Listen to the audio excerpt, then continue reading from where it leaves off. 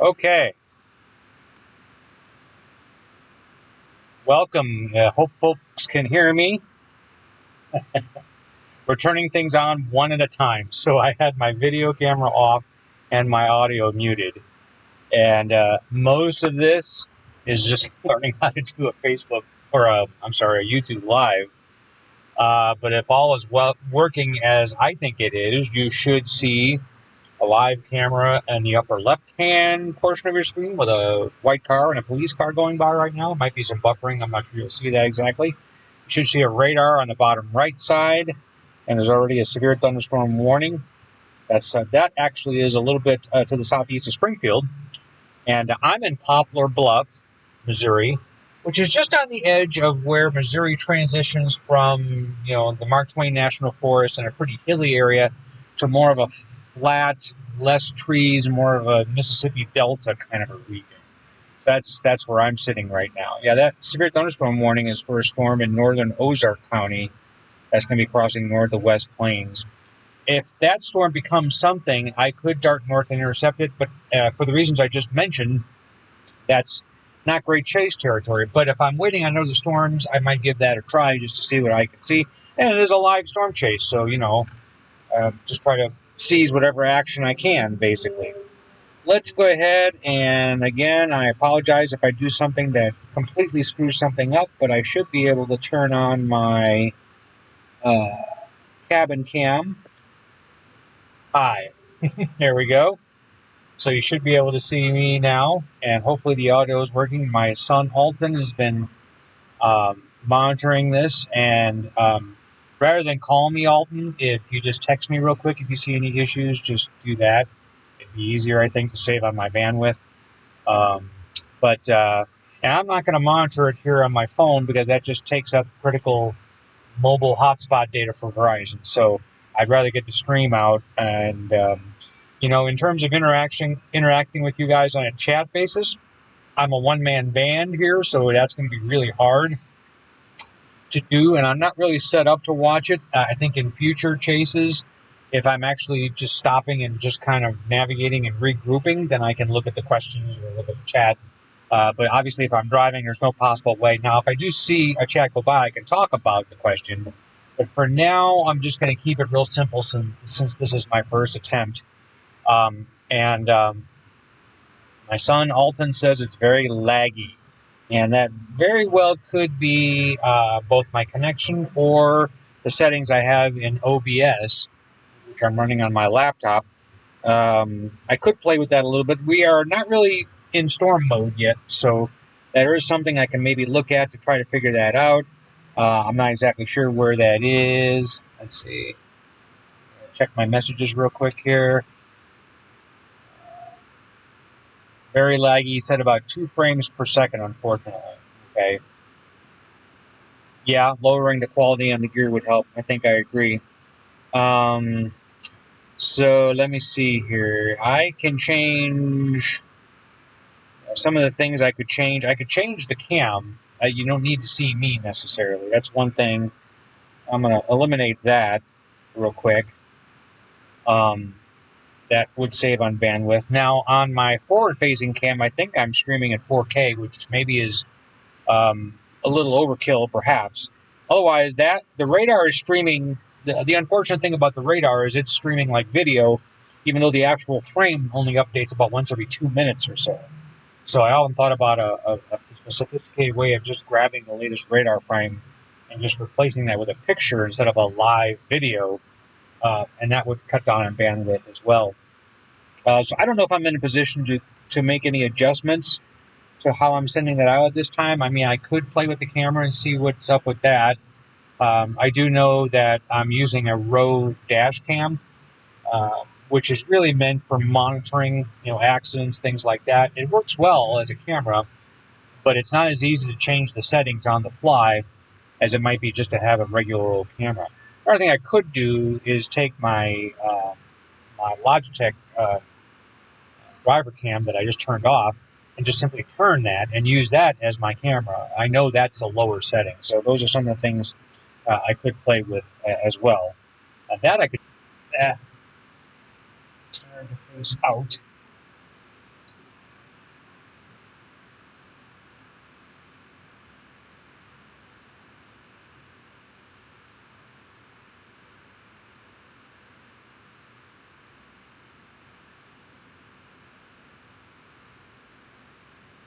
Okay. That's not as firmly as it needs to be. Maybe.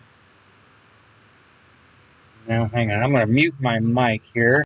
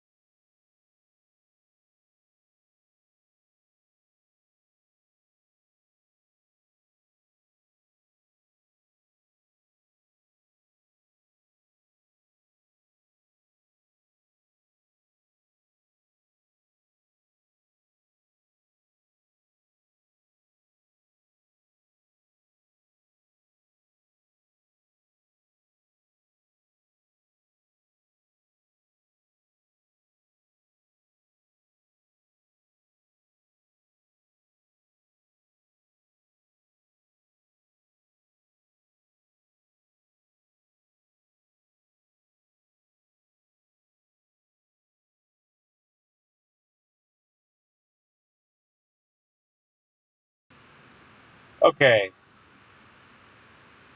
Got my microphone back on. I changed the camera, the streaming camera, the front-facing camera, to just what was focused on me. I'm just using my uh, my Logi, but it's streaming at a much, it's just simply not as high of resolution, so that might help. It's not a great picture, but then again, if it means getting better connection.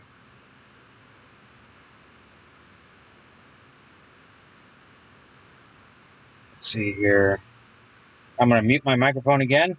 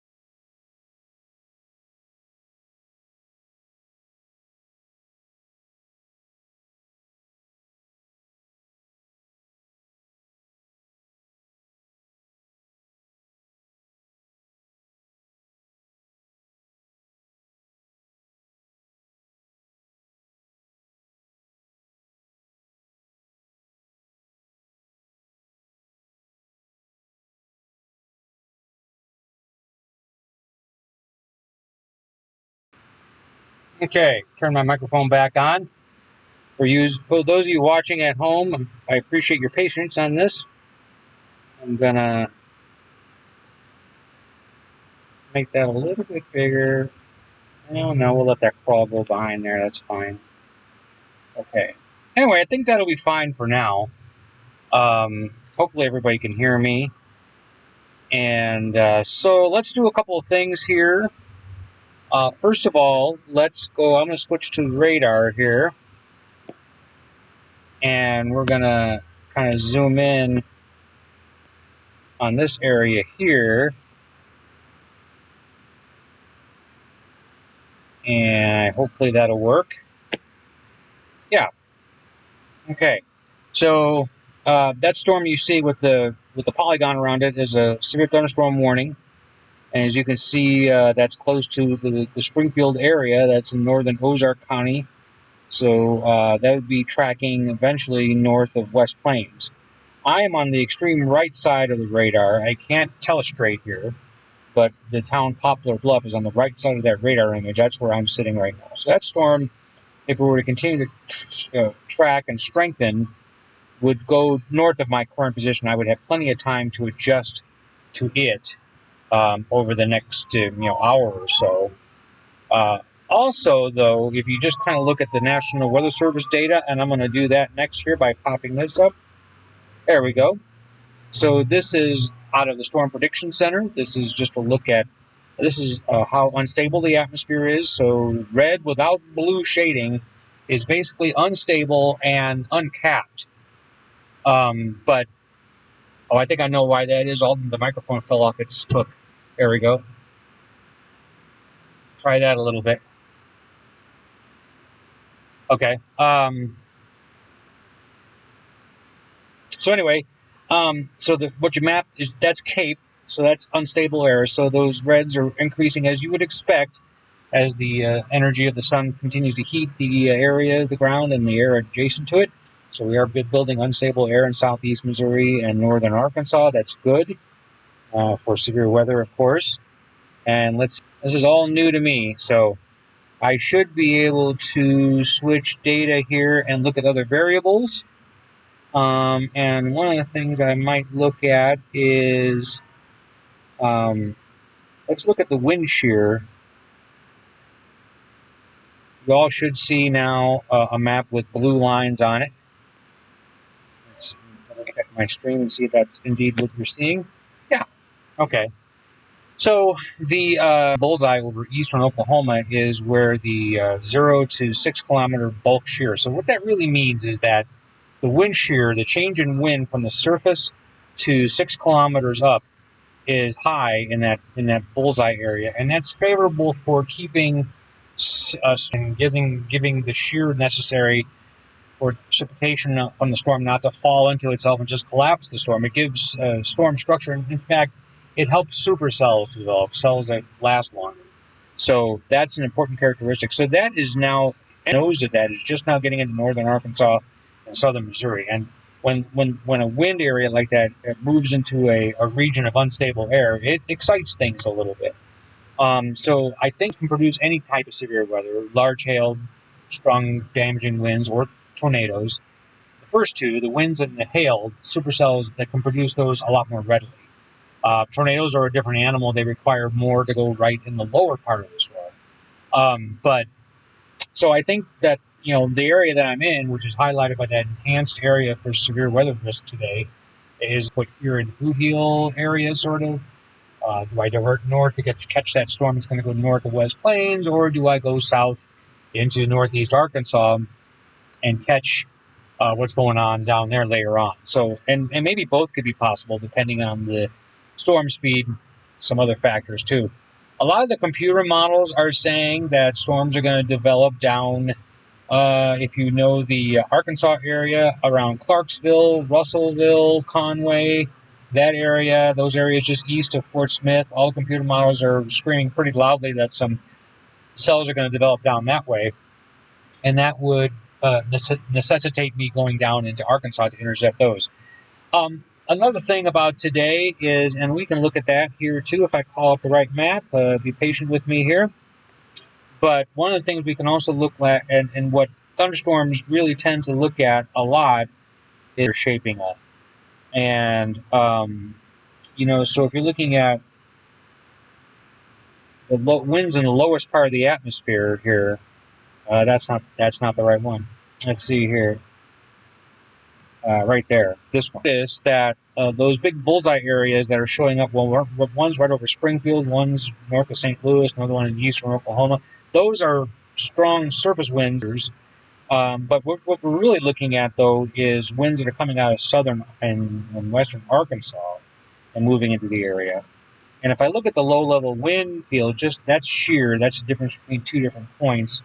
If I just look at the wind field, one thing about trying to find a tornado in this environment that is working against me right now would be the fact that, if you notice, the winds are all kind of out of the southwest across Arkansas, although they are backing a little bit more to the south. So that is making the wind profile in the atmosphere not great for tornadoes in the afternoon, but I kind of knew that going into this. And I'm answering my son's question on text. Am I running off my hotspot? Yes, that's the only. And if I can diverge off that topic for a second, I'm strongly considering Starlink, the mobile Starlink plan, which would give me a lot faster speeds everywhere. I would mount it on the roof of my car. I haven't pulled the trigger on the expense of that yet, but that would be a lot better than a hotspot. Anyway, so what that map shows is that the winds are still kind of out of the south-southwest across Arkansas and into southeast Missouri. By the way, the green shading on there is where the moist air is, so we have no problem with that. In terms of instability, we've got that covered. What we may lack, we also have, I think, generally winds for supercells covered, so large hail, some damaging winds. What we don't have, at this hour anyway, is strongly favorable tornado environment. But what I was going to say before I got sidetracked a couple times there was, as you go toward evening hours, let's say the winds, some storm chasers refer to this as the magic hour. It's where the winds start to decouple a little bit and start backing and getting more favorable for tornado development. And I think that's going to happen, but it's going to be very close to the Mississippi River by then. So extreme southeast Missouri, northeast block hours when I expect some activity to improve in terms of the overall tornado. But it's going to be kind of a fine line there because I'll have dark working against me. I'll also have a large thing called the Mississippi River that I have to contend with. So in other words, if a storm gets going, there's only so many places to cross the Mississippi, and if I have to divert 10, 15 miles away or more, yeah, I probably would lose the storm. And then another thing is it starts going into western Tennessee and Kentucky, extreme southern Illinois, and those areas are not real chase friendly. A lot of hills and trees, similar to much of the Ozarks. There might be some areas out there, but I generally am not a fan of chasing after dark, especially in areas like that, and especially if it's an area like that that I don't know. So anyway, all those things combined to say that I think that there's going to be a narrow window here, and it's only almost 1:30 in the afternoon, so we've got some time to go. I'm going to take down the graphic there and get back to the flow, the camera flow here. And just kind of generally what's going on today is we've had several spring storms develop early this year, part of a pattern connected to La Nina that is dissipating over the Pacific, and it's tending to fire off storms that kind of start right around Springfield, Missouri, where I'm from, and then they kind of get worse as they go east. We already saw one example of that earlier in the month. And, that's happening right now. It's also going to happen again on Wednesday. We also have a pretty significant severe weather threat just about in the same area. So that pattern is really all the forecasts of people who watch this sort of thing where we're going to have an early severe weather and possibly tornado season. By early, I mean March, and that has definitely worked out so far, even into early April. So that's kind of what we're looking at. Now, so this storm is the only one that would be even approachable would be that one you see outlined by the severe thunderstorm warning. Also, if you'll notice, I don't know if you can see it in detail, there's also a white line. There's a dot sort of in the middle of the storm, close enough anyway, and then there's a white line that sticks out of it. So that is the projected motion of the storm. So you'll notice that the warning, let's see, I can center this so St. Louis is top center on your screen. And if I do that, you'll see some active thunderstorms are passing, just south of I-44, that area there. Let's go back to my screen. There's another severe thunderstorm warning there. In that part of the world, that's just off around Viburnum, and also it'll affect areas right around, eventually Potosi will get that storm. That's a hail producer there. In fact, that storm on the center of your screen, that northern tornado warning, is showing some signs of rotation. Now, the question would be, is that a chaseable storm? It could be. I'd have to get into Illinois to make that work. So that's going to be the question. Is that something that I should be looking at? Because I do see that storm, with that severe thunderstorm warning sort of more toward the top of your screen, is actually intensifying a little bit. And if I don't think I think that's exactly motion. Yay! Camera's actually going to show me driving. All right, motion. Yay! Camera's actually going to show me driving. All right. I'm assuming that this is all flowing still correctly. That Alter will tell me if we had any major issues. Certainly reduce the camera resolution, I think, would help. And everybody would always love a better phone signal. Now, one problem with me doing what I'm about to do is I am definitely, that could jeopardize the stream a little bit. But, you know, for now, not much I can do about that. So again, we're in Poplar Bluff. First time I've ever been in this town. Seems pretty nice. Spring is definitely blooming. The trees are halfway bloomed. All the dogwoods and the cherry trees are blooming. It's kind of cool to see. You know, we got cumulus clouds here. I'm sure you can see that in the shot. But they're stable cumulus clouds. These that are in our part of the chase, right? Our part of Missouri, are not billowing up like cauliflowers. They're a little more stable. So these are not really threatening anything. So what I'm doing is backtracking in the town here. And I'm going to find Highway North, 67 North, I think it is. And we'll go from there. So yay, we get to see some driving and some motion. I hope that's showing up well on the stream.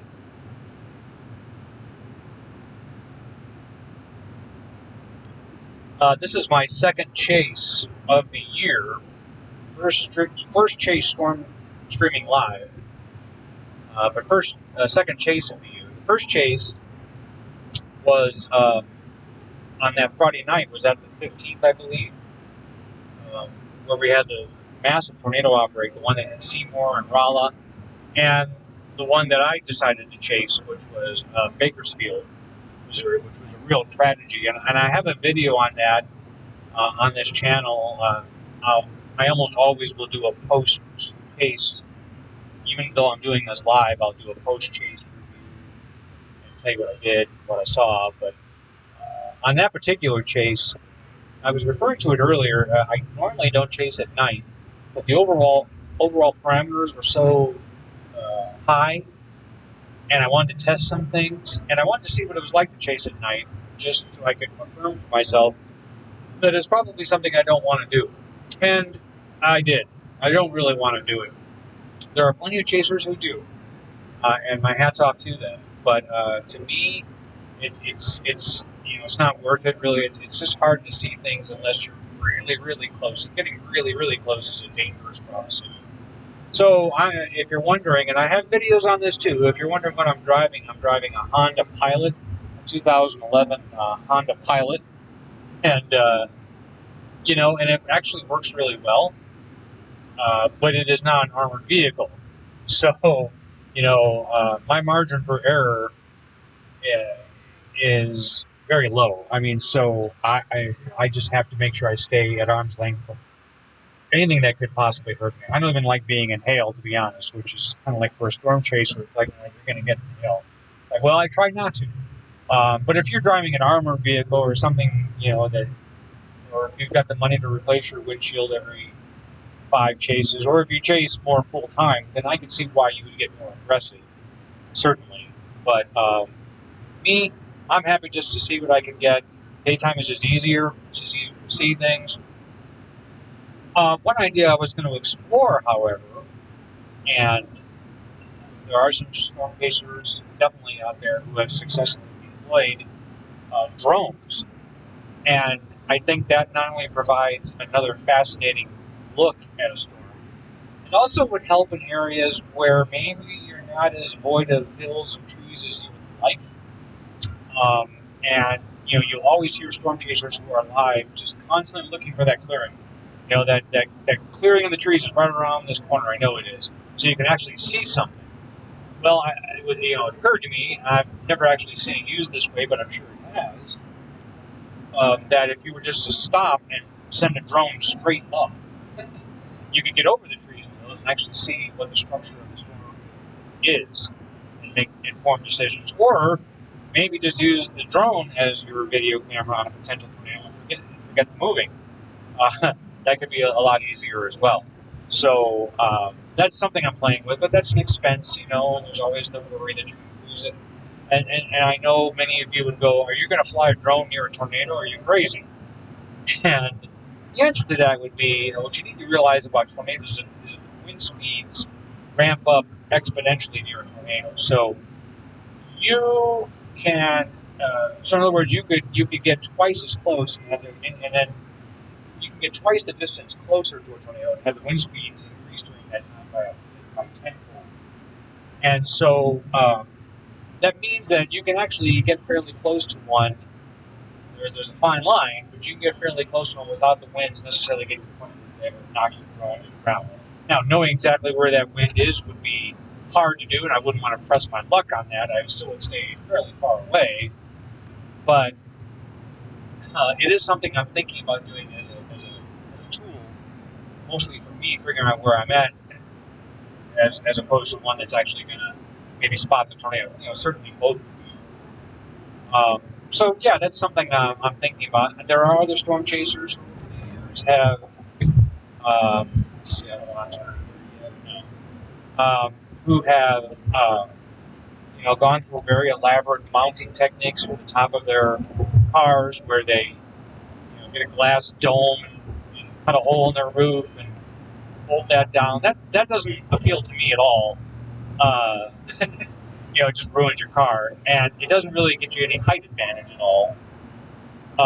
So I don't think I would do that.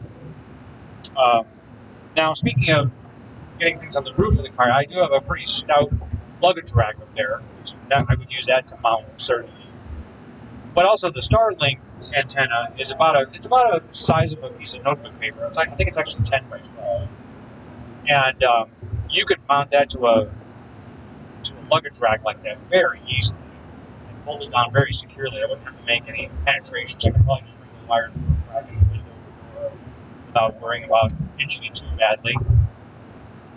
And then the one thing about a Starlink antenna is I'd be worried about large hail destroying it. So someone could make a mechanism for me where I could just easily reach out my driver or passenger door with an open window and just pull like a solid piece of steel or iron over that antenna.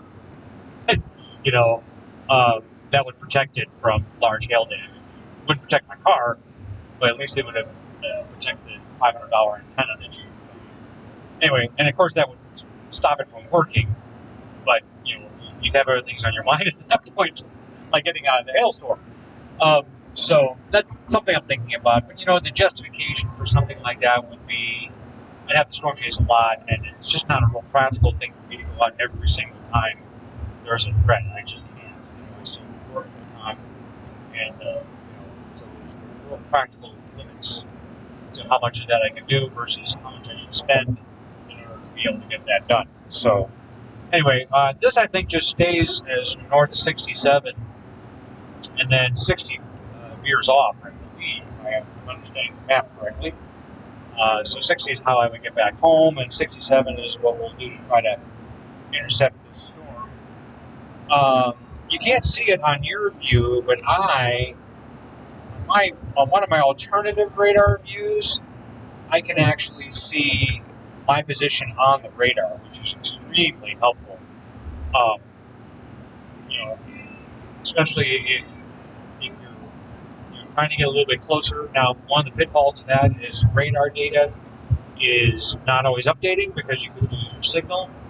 Radar data can also be misleading because the farther away, I should say, you get from a storm, a radar beam actually goes straight while the Earth curves away. So if you're really far away from a storm with your radar beam, you're going to be sensing the upper part of the storm, not the lower part. And it has several pitfalls.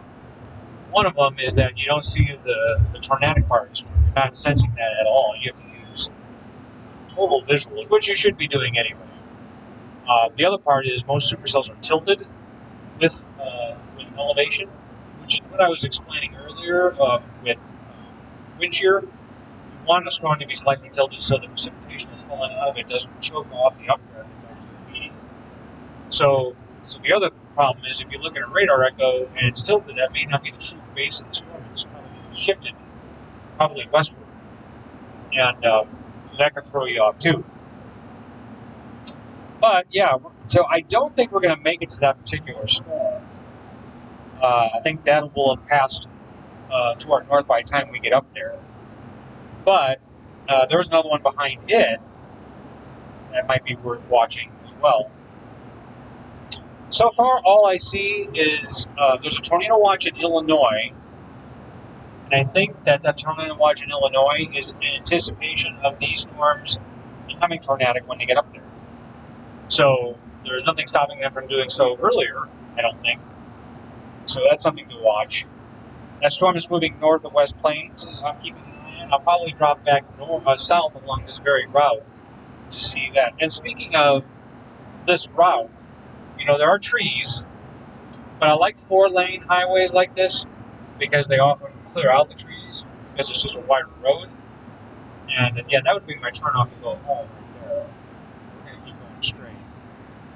So your visibility is sometimes better, even though we're getting into, it almost looks like these aren't the same kind of pine trees that you see in the deep south.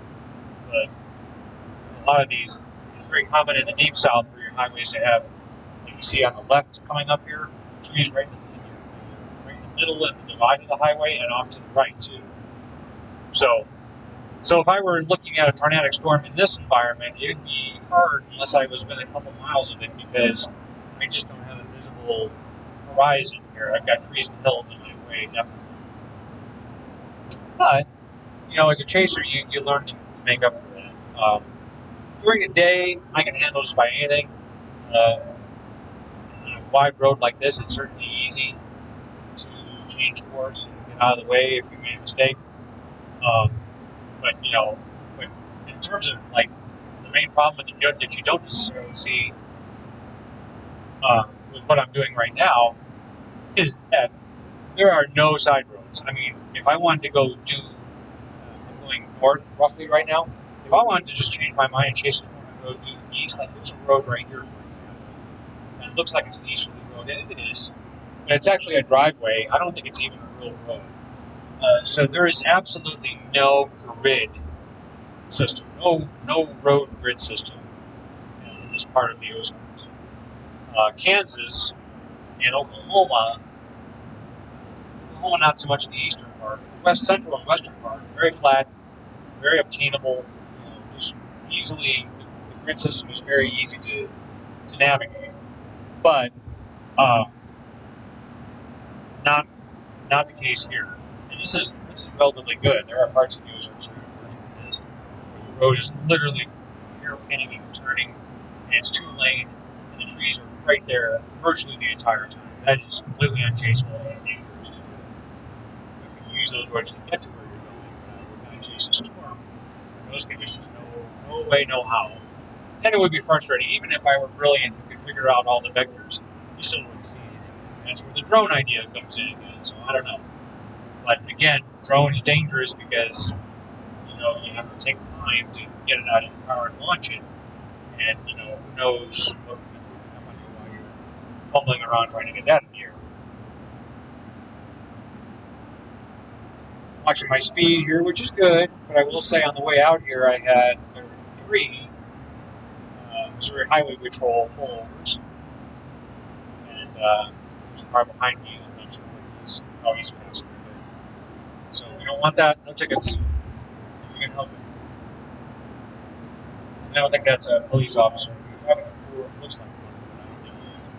So like if you're looking up ahead now, you see kind of a rolling hill situation. So if a storm were moving through this valley that's coming up that I hope you can see, then I could probably see it pretty well right here. So it just depends. It just depends on where you're at. And that is just, it goes over territory that's harder to work with. If you don't have an armored vehicle, you're probably not going to do it. Even if you do, it's still going to be kind of a crapshoot. It's also somewhat just a variable of luck. You're just lucky to be in the right place at the right time. And that's especially true with storm chasing because there's so many people now out there, they're not even storm chasing, they just have their phones. The probability of someone being within video shot of any tornado has steadily gone up. because everybody's carrying around a mobile camera video. So, so if you're a storm chaser, well, you're actually at a slight disadvantage because, if you don't care who sees it, someone's going to see it and get it recorded. So that's why I like to think of the chase. Probably going to take less risk if you're by yourself. Probably going to take less risk if you're by yourself. Or I can see that argument going the other way too. I guess I can see someone saying, "Well, I'm not responsible for anybody with me, so I'm going to take more risk." I can see that as well. But for me, without backup, without someone else looking at the radar or navigating, I have many more hats I have to wear trying to see these storms, so it's a little more difficult.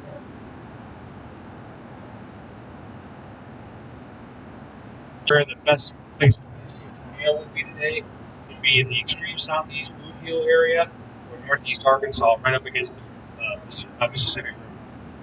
And it would be in the hours, let's say, from about 5 to about 7:30, probably leaning closer to the second half of that time, maybe 6:30. So that's where I like to end up. But it's not even 2 o'clock yet, so I have plenty of time to adjust and get back down there, and the road network is good. So this is really, I would do this even if I weren't streaming. But this just gives you something to look at, gives me something to talk about. What you're seeing on your screen is my forward-facing camera and a more or less live radar. There really isn't such thing as a live radar. There's only as often as you get a frame. And that particular radar, about every 2 minutes or so, you get a new image. And so, looking at that, if you see a yellow box, that's a severe thunderstorm warning. It's one in the lower left of the radar screen. There's also several others due north of there. Those storms that I'm kind of heading toward north of me are going to be sliding into a tornado watch area, which is mostly in Illinois. Maybe a small chunk of that is south of St. Louis there. And I think the anticipation there is that the storms I'm about to kind of try to see are going to upscale and get a little bit stronger and maybe get a little bit more tornadic potentially based as they continue to move. Moving on these storms is kind of east-northeast, so not due east, just a little bit northeast. If you can see on the radar, you do see several things. You do see the actual radar echoes and the yellow polygons or the warnings. Yellow is severe thunderstorm, red would be tornado. If it's purple, it would be a confirmed tornado. And then those little white lines that are coming out of the centroids of the storms are motion, projected motion of the storms. So some of them are still going more northeast, some are going a little bit more east-northeast. If they're moving east-northeast, they're rooted in the overall flow. That means they're taller storms, the heights are higher. Because a lot of times those will start deviating more to the right, to shoot stronger supercells. And also those white lines may not be the end-all, be-all of the actual motion of the storm. So that's another factor as well. Slow down here a little bit. That's left. That's left.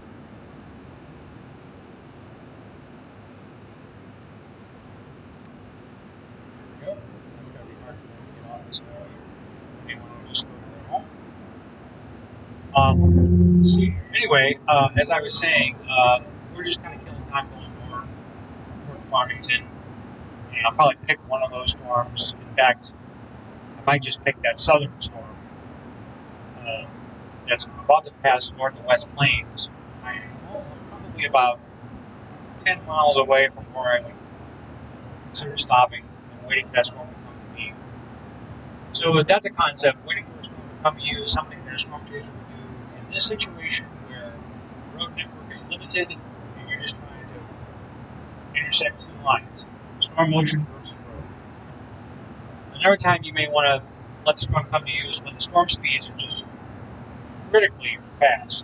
So if you have a forward storm motion over 50 miles an hour, man, that's tough. Again, it's easier sometimes you don't really storm chase. You storm intercept. You pick a spot, wait for the storm to come to you, because unless you have ideal road networks, you're never going to catch those storms. It's just going to be really difficult to do if you have forward speeds that fast. So that's 2 times when you might want to just kind of do a little intercept game rather than chase. Now, the best chasing scenario is in a flat area with a gridded road network, storm speed, let's say around 30 miles an hour, and storms which regenerate, and oftentimes cycle. So they may produce a tornado, and then cycles away, and then a new one forms, and produces, and then it goes, and that one cycles away, and just keeps doing this as the storm is moving along. So it just kind of lays down these little snail trails of tornadoes. And I've been on one like that, and it was a really good chase. I think there were certainly 3 distinctive formations of circulation, and probably about 5 or 6 different tornadoes that formed around that. Kansas, again, where it was flat. So that was a really good storm chase. So that's not what this is. It could be close to that once we get down to that southeast Missouri, northeast Arkansas target. But this is definitely not that. This is me just kind of killing time a little bit. It's Poplar Bluff. We're going to have to be patient and wait on that storm. I think we're getting kind of close to where I might want to stop and wait for that West Plains storms to come to me. So I'm going to look at my map here and see if there's any towns. There's a town, but it's maybe a little too far north. Find a high spot. Looks like I'm in a valley now. And maybe turn line. And maybe there's a side road that will lead me up a hill so I can see the western sky a little better. Sometimes storm vision will do that quite often. Yeah, it looks like this road right now is carved. The thing around me is higher than I am. The thing around me is higher than I am. Not by a whole lot, but enough. So I think maybe that next turn you see up there, you can see that here. Might be going back uphill a little bit, so we'll see what unfolds there. I don't really want to go much further north because I think, in fact, the way I'm looking at this, I may have to adjust to the north side.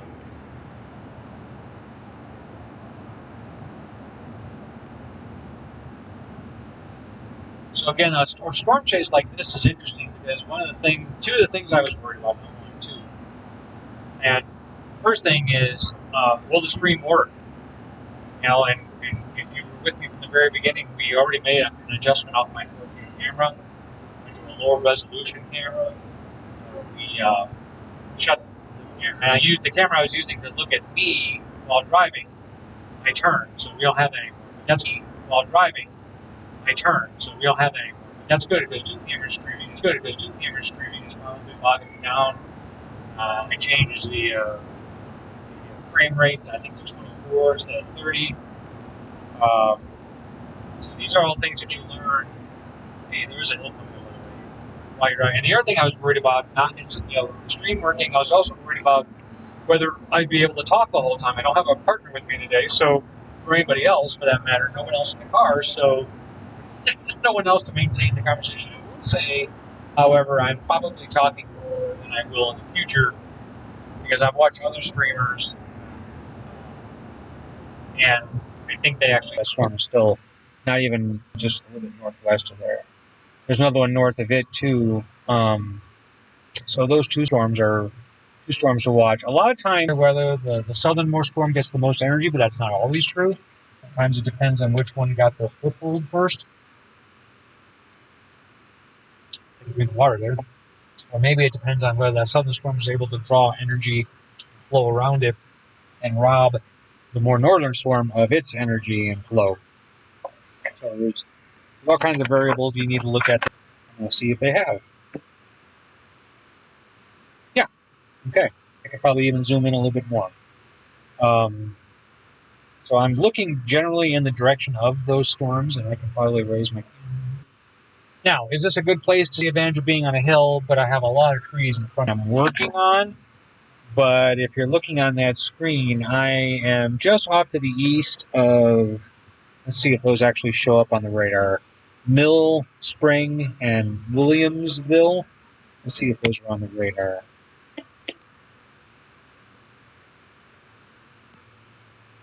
Yeah, so Mill Spring is right there, and then those storms are coming at me from. I'm okay. I'm very close to green, 67, just south of it goes on your screen. So if I'm not driving the vehicle, I can make all kinds of changes. You know, obviously, if I'm driving and I'm solo, I can't make any of those changes. Oh, the sun's coming out a little bit. If I had a driver, then I could sit in the passenger seat and make all the changes. We may get to that someday. Let's see. Anyway, but I'm looking kind of west, south, west, and the storms are basically out in that direction. I'm going to kind of take a look at maybe calling up the those back, and then we'll go to that. This is Cape. So you see how be careful using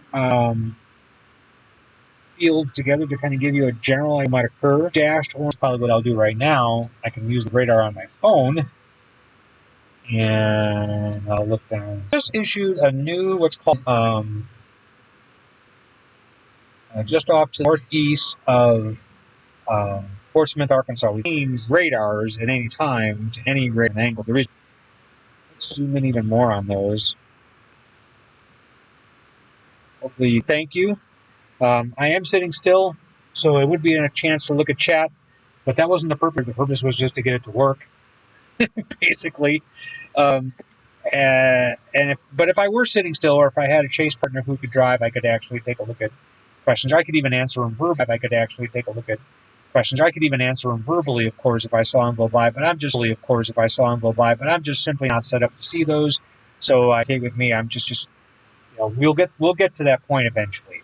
Anyway, I'm zoomed in on those storms. Most storm looked like that storm split into two. And the right storm, or the most southern storm, is the one you want to watch. And there's one there north of West Plains, which looks a little weaker. I'm sitting in a position that is about roughly, which is bad for tornadoes. Again, we have to establish what bad and good means. If you're a storm chaser, bad for tornadoes means you're not going to get it. So very strong. If they're behind the cool front, but that one in West Plains might have some hope. Because we're waiting for the and we may be our views here. I'll show you what I mean. Zoom out again. No tornado way. So I moved over now those machines and some hail with a lot of those storms. But what we want to do is go down here and change my site to let's go to Springfield first of all.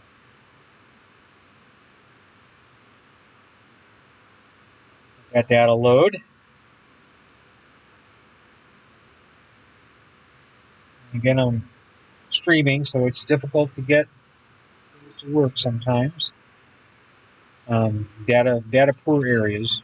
One way to put them in. Okay, so that's the Springfield radar. So you can see the 1-inch hail is possible with that storm there south of Houston.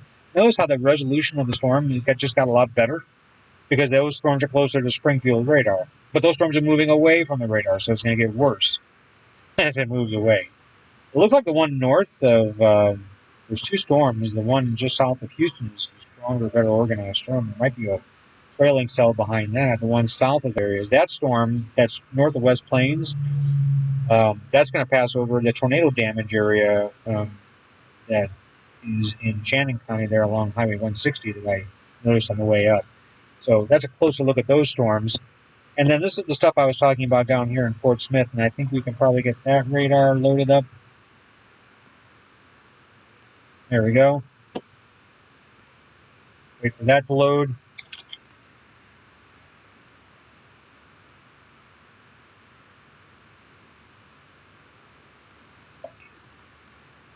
And it takes a minute.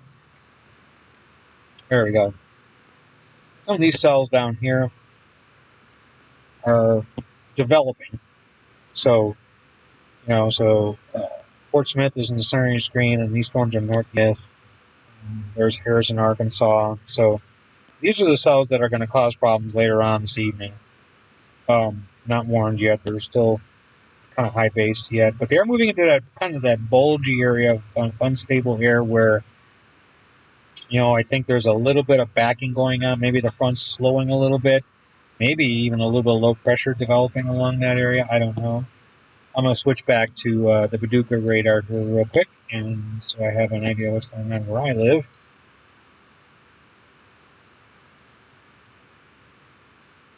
Let's see here.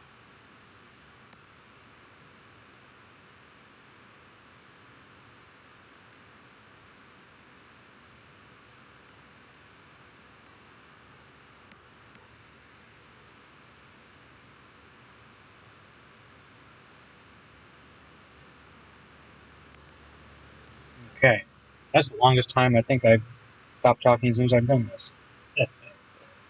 uh, I used to do the weather on TV. Most of you who watch me probably might be someone out there who doesn't. You don't live around Southwest Missouri, but anyway, the joke I always make is that when you did weather, you were given like 2.5 to 3.5 minutes to do it, and that's it. So, the joke I'd always make when making public um, speeches or whatever is that if I just suddenly stop at 3 minutes, it's because I imagine someone got in my ear and said, "Wrap it up." Just a little TV humor, very little. All right, let's get those cells back on. That's Paducah looking at those cells again. Springfield had a better look, but with time, this one will let that go. Again, severe thunderstorm warned only.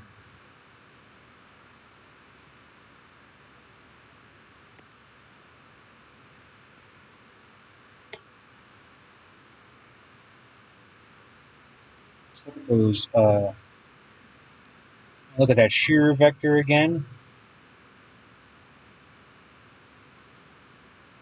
Yeah, we still have that 70 knot shear vector. It's just nosing into the area now. Is the air getting more unstable with time? What I can do is look at the 3-hour change in CAPE at the surface. So that just means if it's red, that means it's gotten more unstable. Tornadoes. That's what I was talking about earlier, where there's this magic window, so to speak, where you'd see more activity in a short time frame.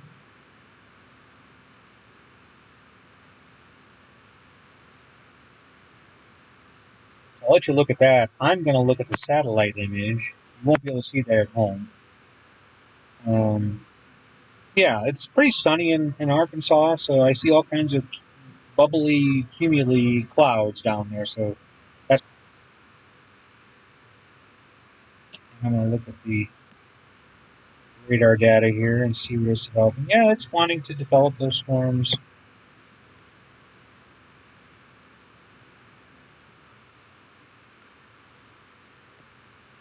So I think I'm sitting in a good position. I probably just want to go south eventually, which we knew that already.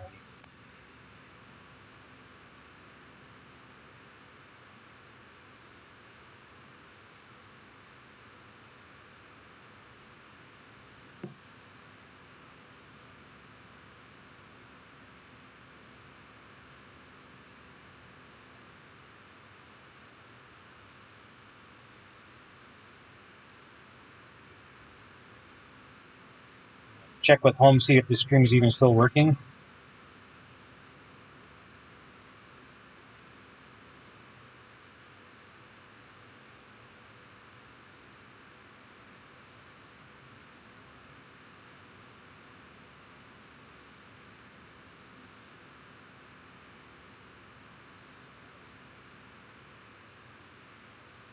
Okay, if you're just joining us, this is my first live severe weather chase stream on YouTube. Thanks if you're watching.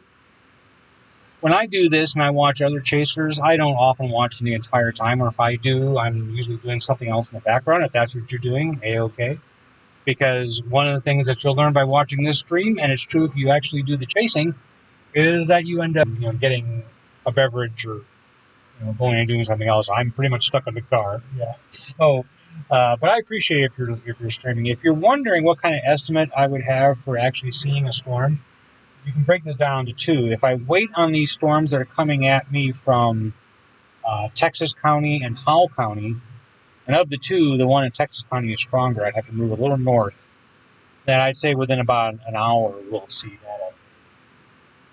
Beyond that, the storms I'm really waiting on, I think, are the ones that are going to be in bootheel, extreme northeast Arkansas, and that will wait till probably the 5 to 7:30 time frame. Those are storms that are just now developing northeast of Fort Smith, Arkansas, around Harrison. They're nothing to look at yet, but they're moving into a favorable environment. So if you're wondering what we're up against here, and I'm choosing to just kind of stay put right now, and I'm kind of pointed at the general direction of that storm that's in Howell County.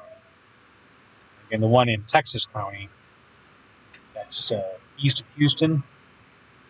That one would track a little more to my north. That would probably end up toward Fredericktown, if you know Missouri that well. So more north on this highway, which is 67 that you're looking at. So I'd have to adjust. If that storm is worth doing, it has some hail with it, certainly. I don't know if it has tornadic potential or not. I tend to doubt it. But I'm not doing anything else right now, so waiting on these storms is something we can do.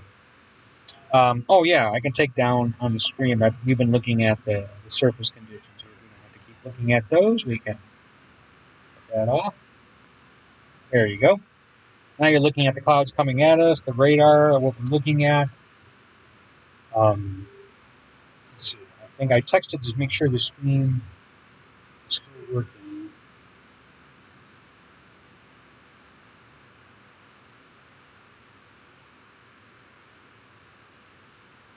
Okay.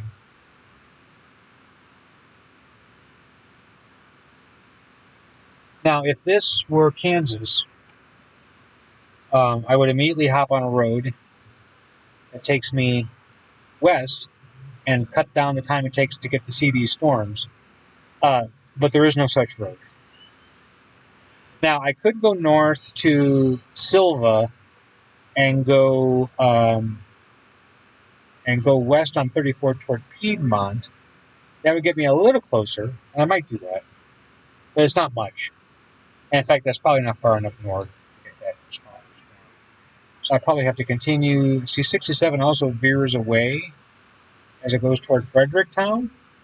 So that would actually take me away from the storm and would delay seeing it.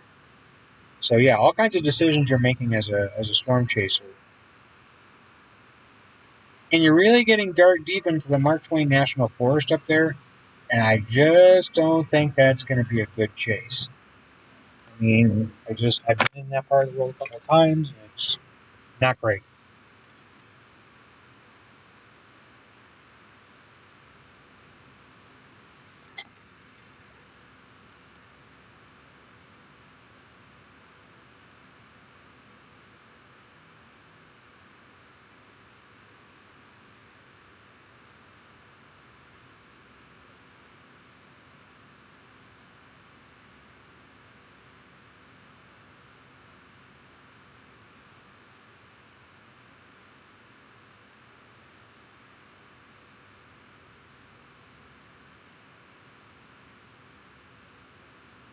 Sorry for the pause there. I'm just kind of checking with my son, and he said it's really laggy, and it really has to do with my connection, and that's going to happen.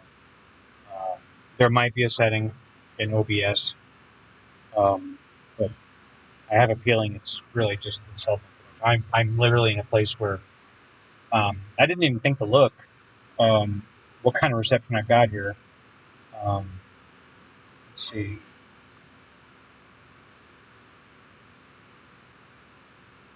Well, it says I have 4G all bars. Huh. Okay. So that implies that maybe there's something I probably need to check in OBS to make this better.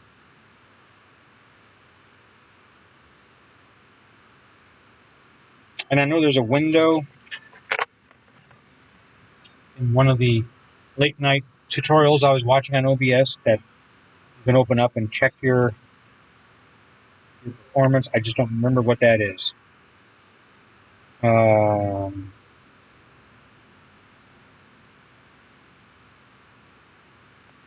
Let's look around here.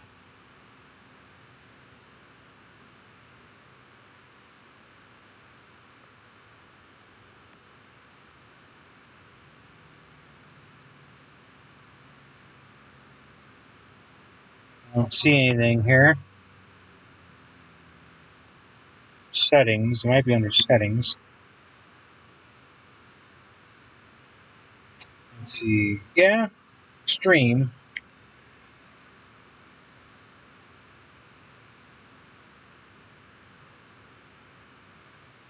Let's see.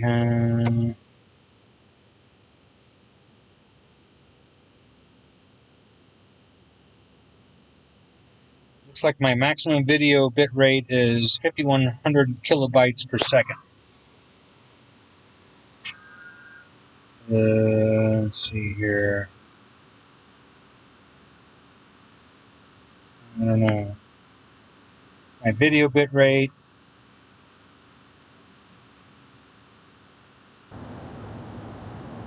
Now watch May if you're watching me from Springfield and the Ozarks. Positive all of you are. That tornado watch is coming out. May get as close to Springfield as, let's say, Ozark and Douglas counties. Hall County will be under that. Areas east of there. Shannon County. That area. And then all the equivalent counties south of that in Arkansas will be under that watch. If and when it comes out, and I'm pretty sure it will, because the Storm Prediction Center is issued a 95% confidence level on that. Watching for that. Cells I'd be interested in are the ones that are forming mostly in northern Arkansas right now.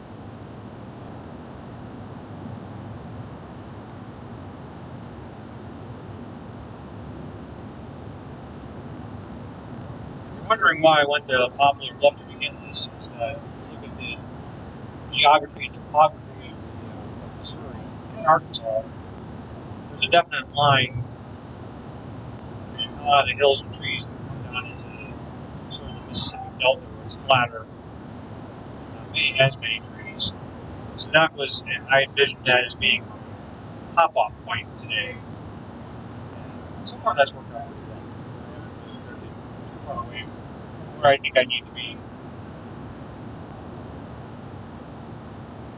The reason I left those cells, that cluster of them you see, like 4 or 5 cluster up there, is because I think those are behind the bull front. And they're behind the bull front. They are likely not going to produce a tornado. I could eat my words on that. I think it's more unlikely in other forms of south. And they're hail producers. That's what I'm pointing to. Like I saw a 1-inch hail report out of Houston, Missouri, one of those cells. So as those continue out to the east northeast, I'm sure they will be seeing more hail producers. So if you're chasing storms, you're probably out only because there is a tornado. Or if you're chasing convenience and you have nothing else to do, I might chase. But you're always going to default to where you think a tornado is going to be. Moving south on 67, retracing steps back to Poplar Bluff. So just, my son and I all near here almost a year ago for the total eclipse. We actually had intentions of going to Poplar Bluff. There was no reason to go that far. We got into the locality ring. Was it a 4-minute ring, 5-minute ring? Long laps. But we were in it. So that was great. I was on Highway 60.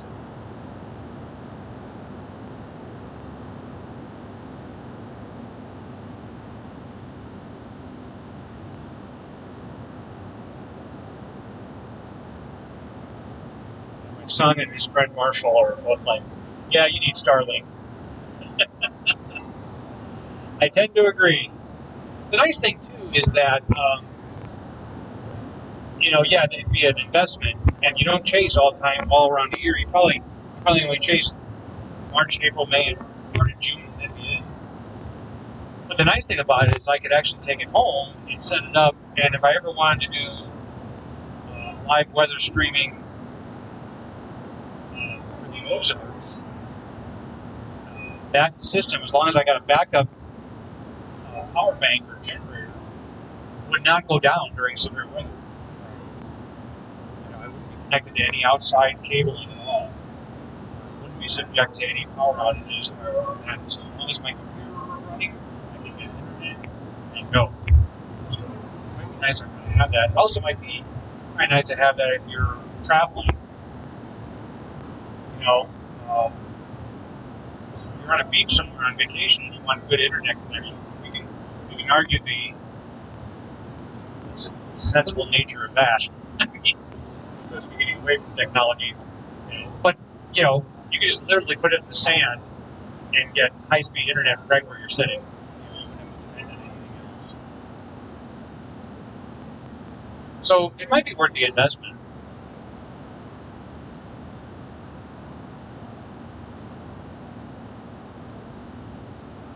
Camping. I mean, camping is something we don't do. That'd be another hiking remote areas useful.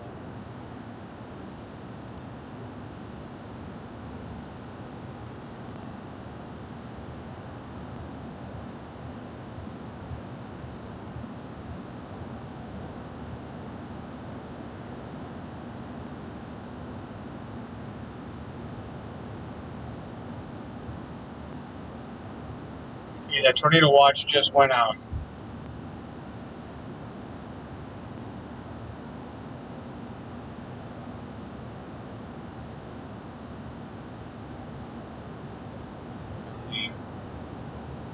Yes, indeed. Yeah, so tornado watch for all of southeast Missouri, region of Arkansas. I'm just getting back to now. We're 65 branches back off to the west, so I can go home here if I wanted to. 67 South is my ticket here. So again, south out of Poplar Bluff is relatively flat and treeless, relatively. So any point I pick south of there, I think would be good with these developing storms.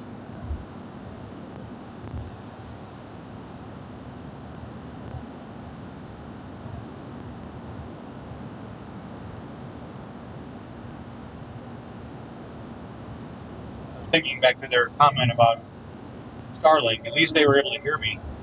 So it must be working at some levels. They can actually understand what I'm saying.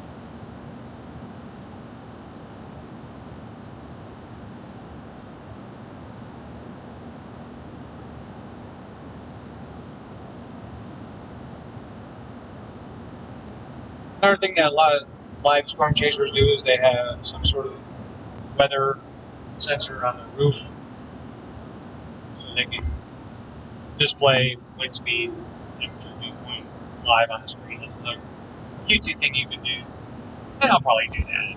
It's something you'll be allowed to do that. What else do I see other storm chasers do? Sometimes I don't have the capability now to do my latitude, to do my position relative to the radars.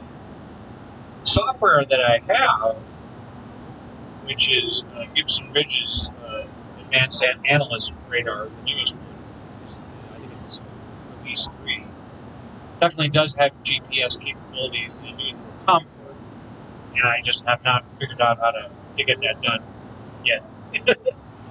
Maybe later in this chase season, but that might be kind of nice. The radar, I can have your position in the center. Don't hold me to that. I'm not that sure.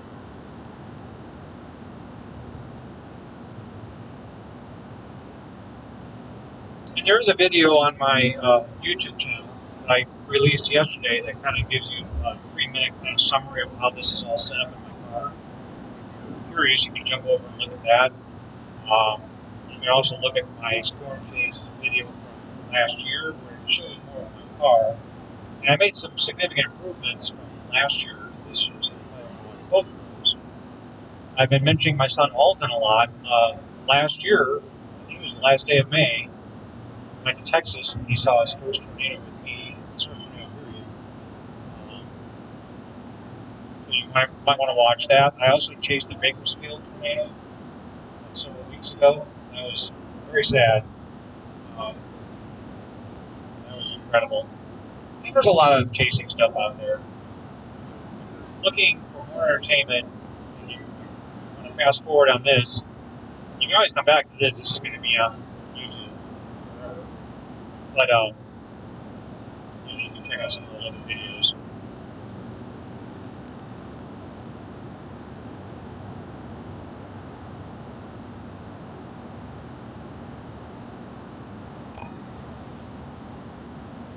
Okay, we're in Poplar Bluff.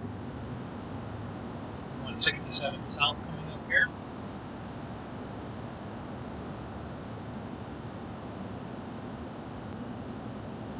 Arkansas. That's exactly on the road, one of the cities I named all the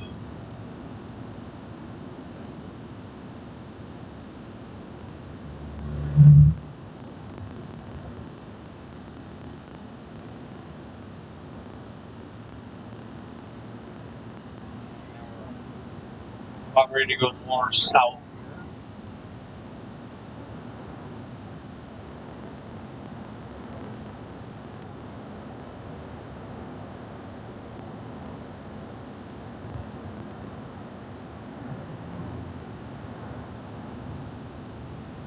I'll probably drive down to Corning, I think. Keep an eye on these cells here. I just don't want to go too far south and miss something.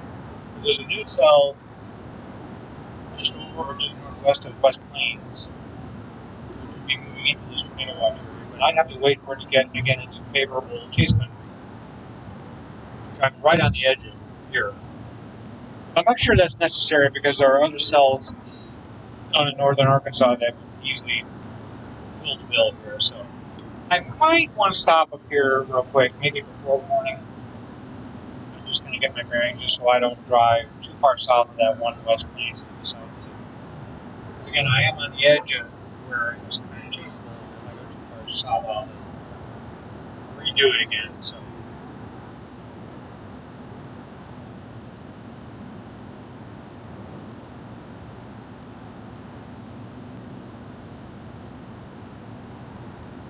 it's a half hour away, 29 miles.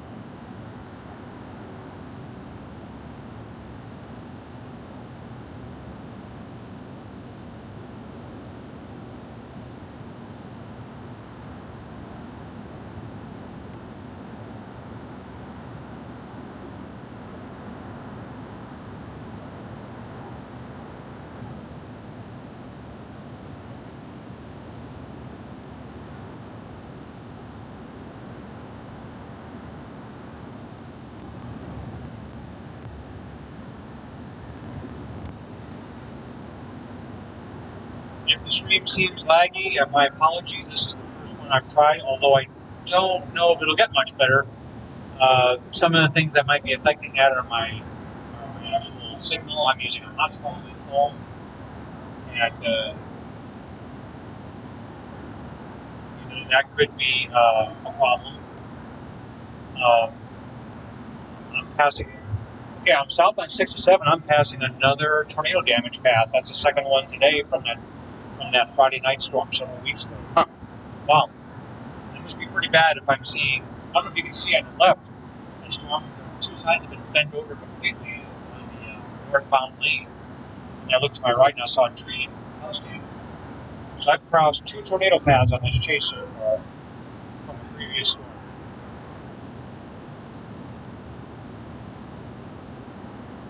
This storm here coming in quite nicely, especially at this distance.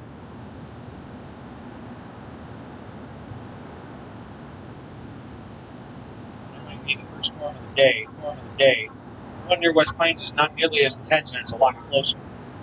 So you guys be wondering if that one near Harrison is one of the ones to watch. So this is a situation where it might go tornado horn, and I have to assess whether it is worth it to me to try to intercept it and go west into less favorable conditions, or wait for it to come to me, knowing that conditions generally will get better as the evening goes on. So that's kind of a tough call. So when you storm chase, you're always making decisions that could impact you. I've driven away from storms that have produced tornadoes. By the same token, I've intercepted tornadoes a couple times where I thought it was done or I didn't think it was possible. And yet there it is. So, always keep your eyes peeled.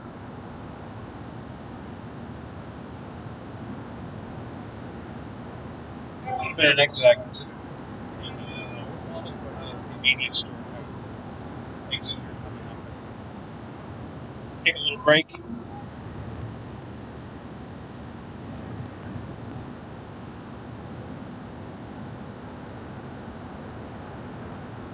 Yeah, that cell near Harrison is really quite intense.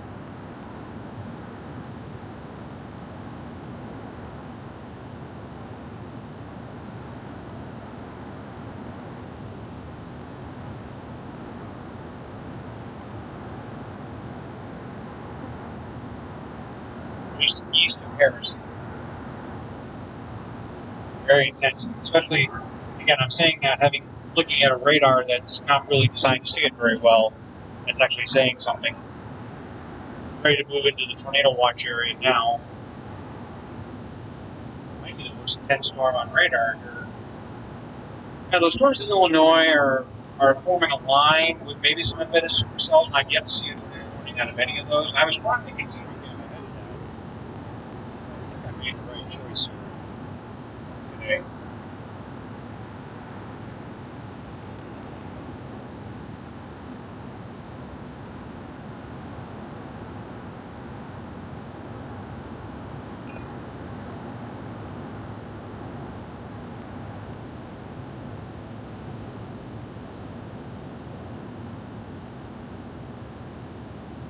Yeah, I don't know if I want to go all the way to Corning.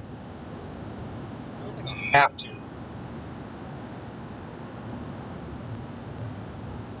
And also, it's worth noting that I look on a topographic map, and it looks like this area is supposed to get flatter and less trees. So far, going south out of Poplar Bluff, I see no evidence of that.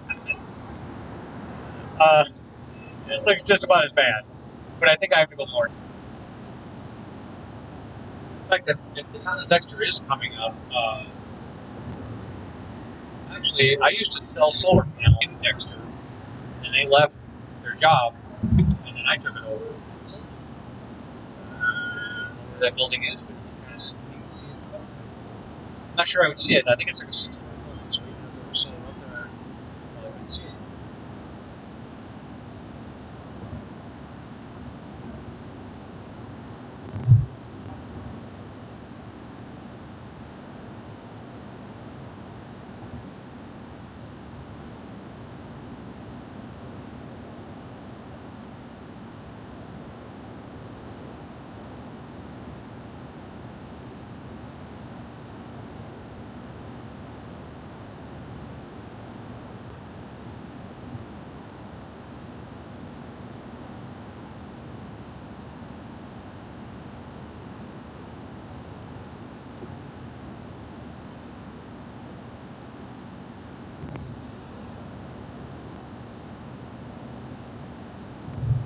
So the way YouTube works, if you're watching, if you like my video, that helps the channel.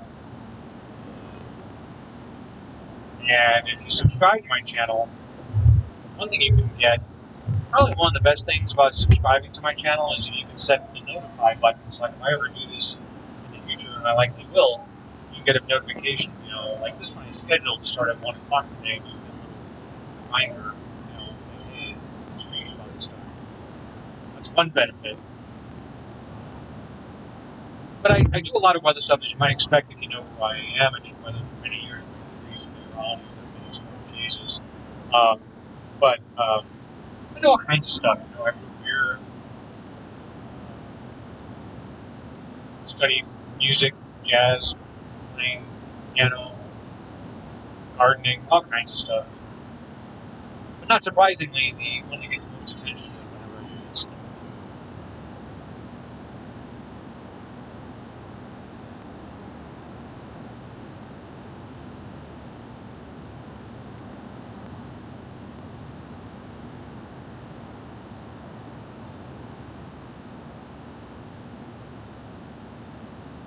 think the trees are thinning on a little bit. A little bit. A little flatter out here. Looking at the meteorology of today's situation earlier, and I might do that more when we stop, but I can kind of give you a verbal description of what we're saying here. The instability with the storm today is no problem. We have sunny skies, open, building heat, building instability. That part of the equation, not a problem. We actually have very unstable air aloft. So large hail production would be a big part of what happens today. I need to watch for it. I don't really want to destroy my car if I do. The tornado part of the equation. So just a real quick primer. Well, they're getting ready to expand this highway to 4 lanes.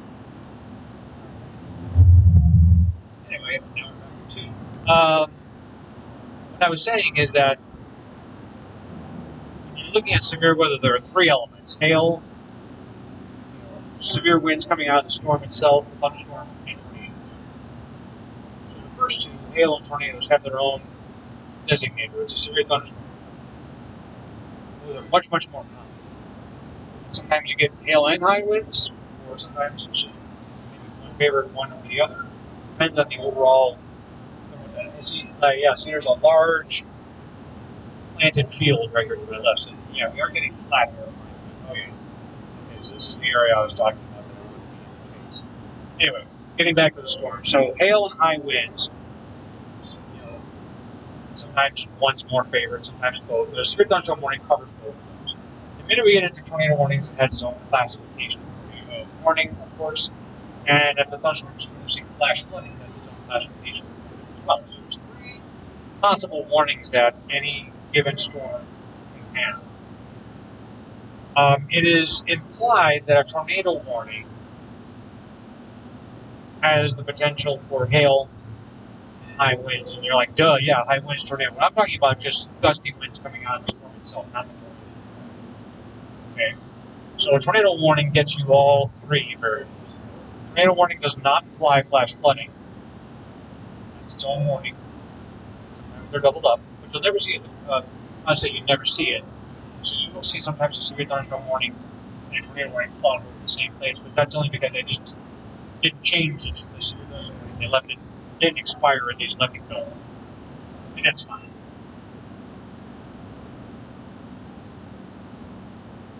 The reason I'm getting into all this is because tornadoes are a supercell is going to produce the first 2 a lot more readily. So a supercell can produce high winds, not tornado winds, or just high severe thunderstorm winds and hail, just by virtue of the fact that it's a supercell, a long-lasting cell that is structured in a way so it doesn't kill itself. That's a brain kill itself off. It lasts a long enough time for most processes to develop. So if it's larger hail, it's going to be much more likely, if it's a larger storm with robust updrafts and downdrafts, to let the hail bake, to lack of a better term. Let it grow like an onion. More layers of frozen ice gets bigger and bigger. It's just more likely with a supercell storm. It's also more likely to get severe winds with supercells. Although sometimes collapsing non-supercell storms can produce pretty good winds too. See how complicated this gets? But the reason I mention that is because tornado is its own animal, and on a day like today when you have unstable air, thunderstorms are going up all over the place, and a lot of them have severe potential. In fact, it's safe to say that most of them will probably have some severe weather, even though it wasn't warned upon, or they'll all have warnings at some point. So that's not unusual. Small scale that you may not realize that it's even happening. So in other words, all else equal, once, and it's probably some small scale feature. There's lots of them that's causing the thunderstorm to have that favorability in the lowest couple thousand. That's it. But more broadly, the wind field at the surface is what kind of generates your overall percentage chance of a tornado within it. And it switches to more south with time. When it was coming out of the south, it switches to more southeast with time. So for rotation in the lowest part of the storm, And you can tap that rotation into a strong updraft and stretch that thing. And you can tighten up really quick, and you can get a much higher circulation, which could lead to a tornado of torque. So, all that being said, this part of the world that I'm in, south of Poplar Brook, almost into Arkansas, is not quite at tornado potential yet, I think, in terms of the wind field. But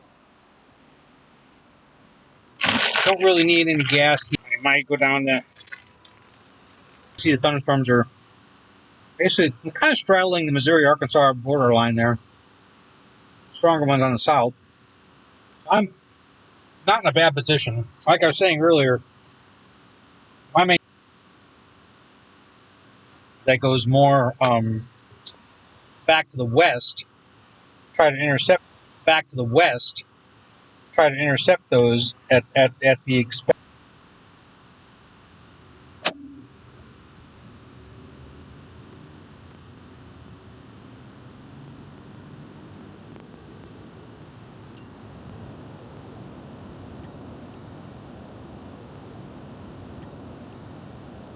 All right, 67 south.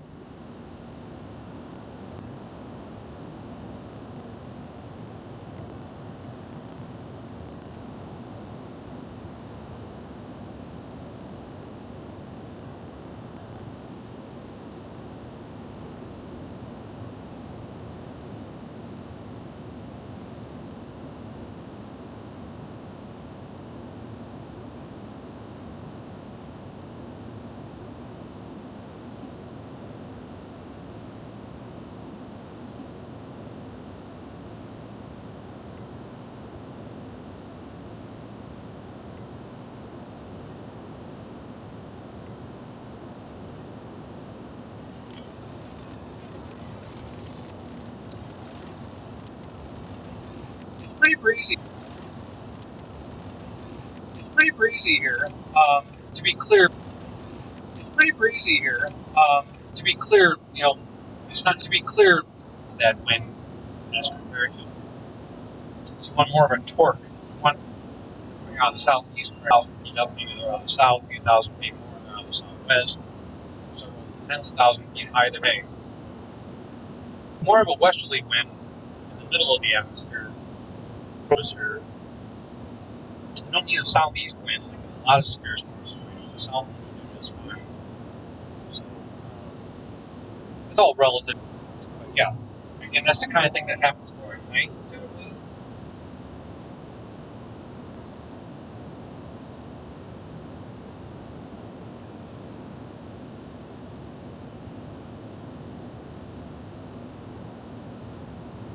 A lot of clusters of storms. And,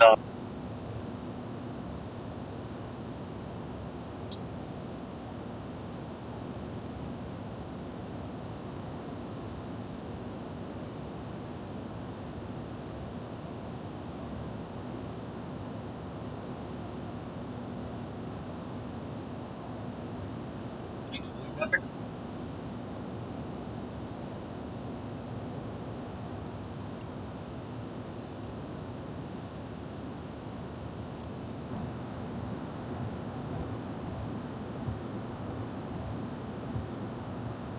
okay. Camper cans powering tops of them. So that's going to be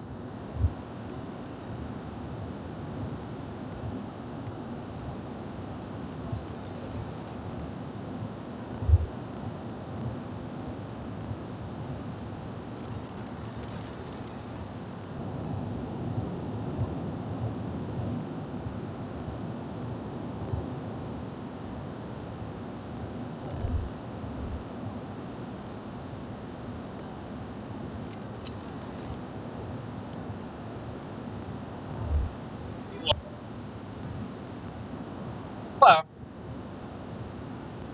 um, Nebraska, all places. In fact, we saw tornadoes in Missouri State University storm phase class of 2009. Texas, did I say Arkansas? Wasn't very successful. Wasn't very successful.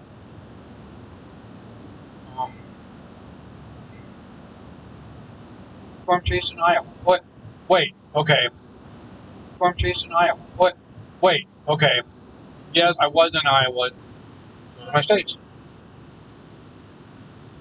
Where have I seen the most tornadoes? Where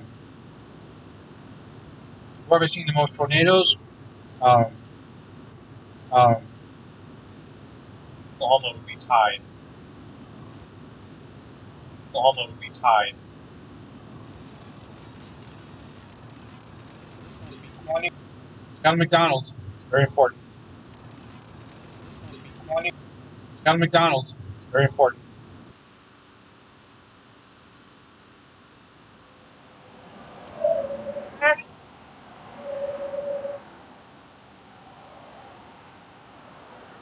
Yeah, I don't think that's real good. Yeah, it's looking up at the sky.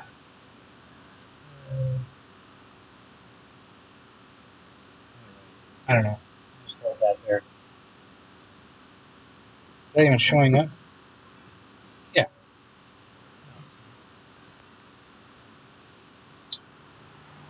Getting this wire out from underneath here. So this one's more flexible in case I need to do this again.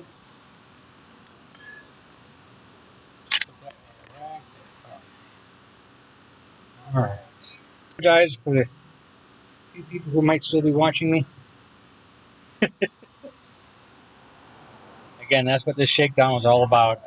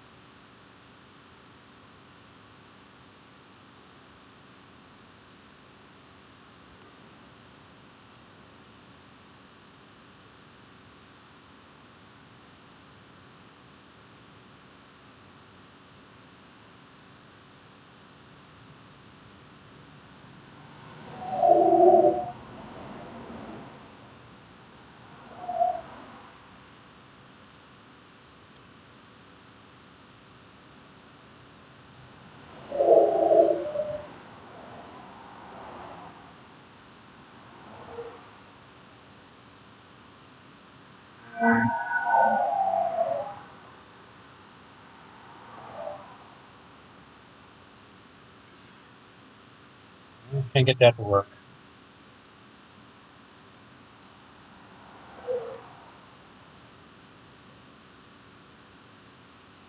Okay.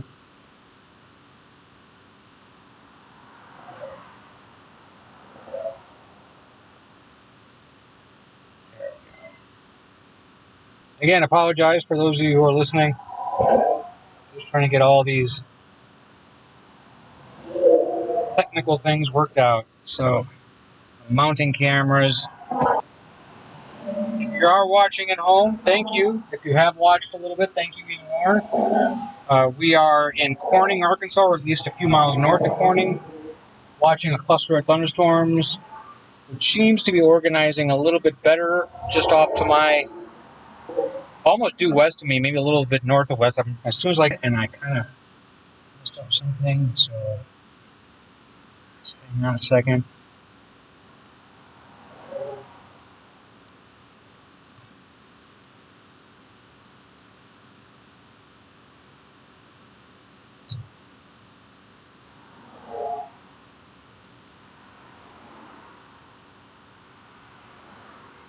Okay, that camera's a lot more stable.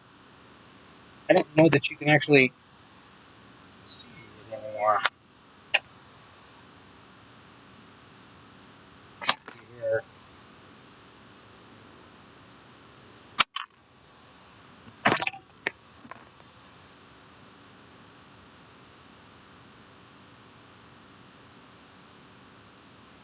Yeah, what I did to mess that up.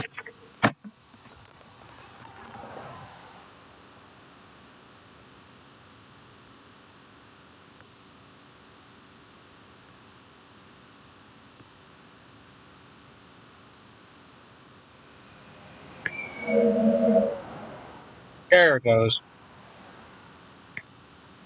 Much better. Okay, sorry about that, guys. Yeah, this thunderstorm is organizing a lot better. You can see the one I'm talking about. It's basically the one in the center of your screen. Severe thunderstorm warning, but as I was suspecting, it's congealing a little bit more. I don't want to go too far north because, again, the chase territory gets bad. But then again, that whole philosophy kind of breaks down a little bit when you have an actual storm worth noting coming into focus.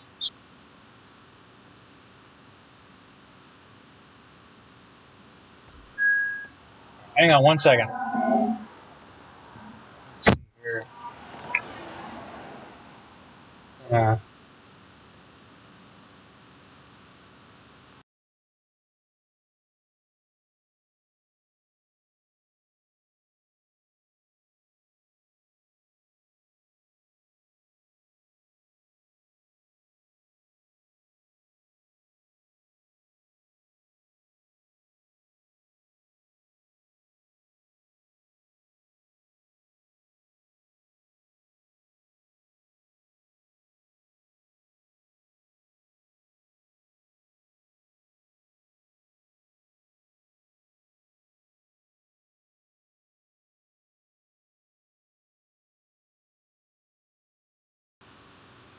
Rotation in it a little bit. A little closer to the intersection point here.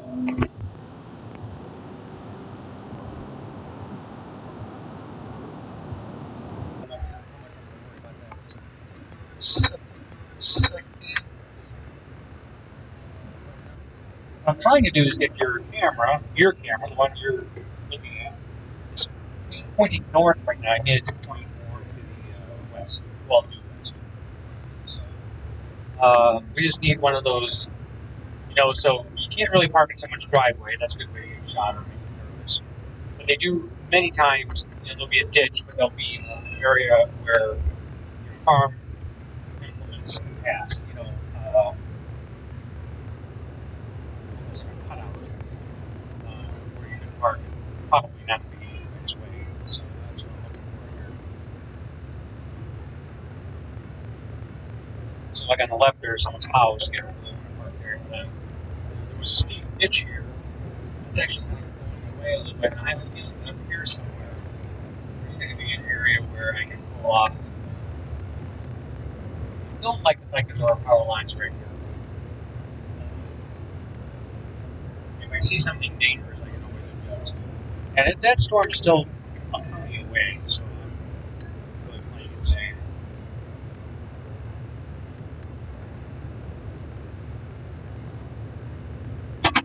Oh, and there's an east-west road that I'm coming back on. I think. GPS just failed me. That's another risk you take. Your stuff doesn't always work. And there are indicators on here to show, like I have a timestamp on the radar. It says 4:14. The clock says 4:15, so that's pretty good. But as far as my GPS on my Google, not working at all.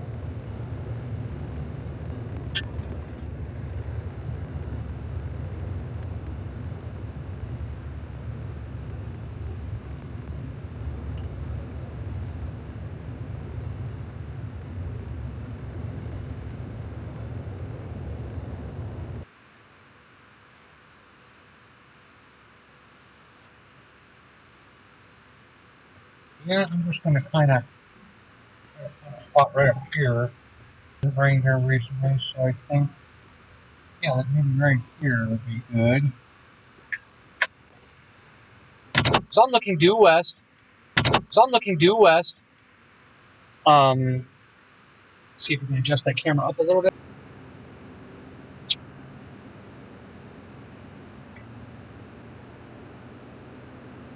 Almost like I'm thinking ahead of what might happen with the radar unit. It's still relatively flat here.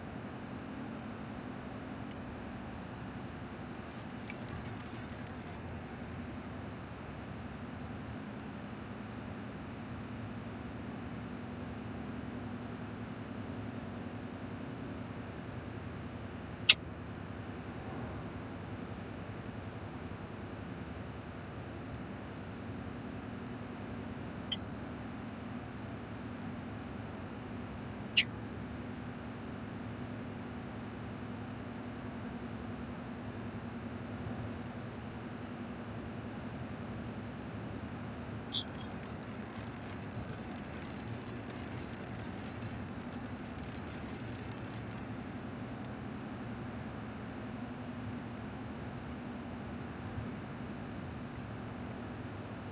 will say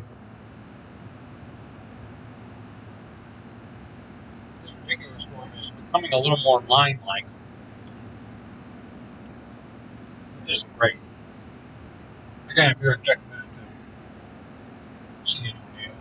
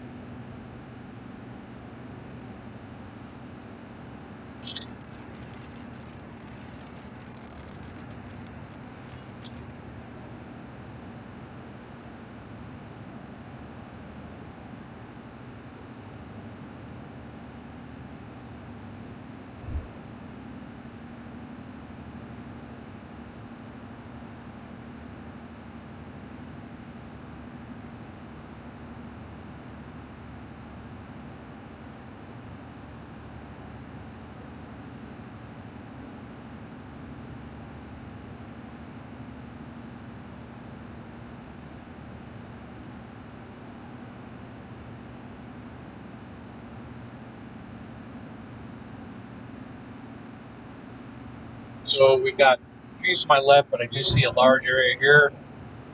It's opening up a little bit. Probably be my next stop. So I said they were expanding this highway. I was going in the opposite direction. Probably about an hour ago. Yeah, got a good view of the west here. A good place to pull off.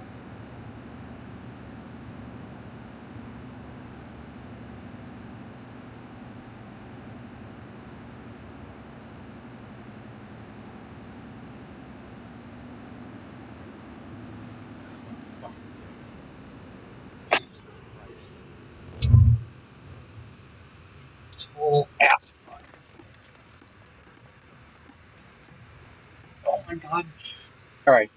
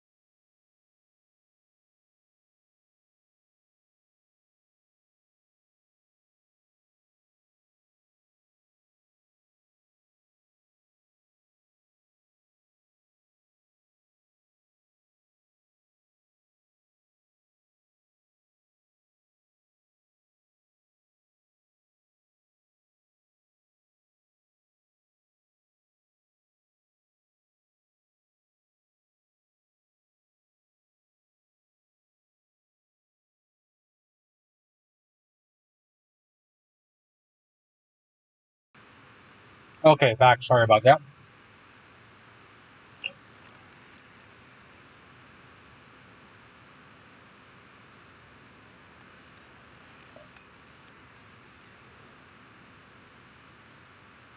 Looking west. My position really hasn't changed a whole lot. I'm still on that orange row in the bottom right of the radar. Do a real quick check to make sure that radar is updated. Should.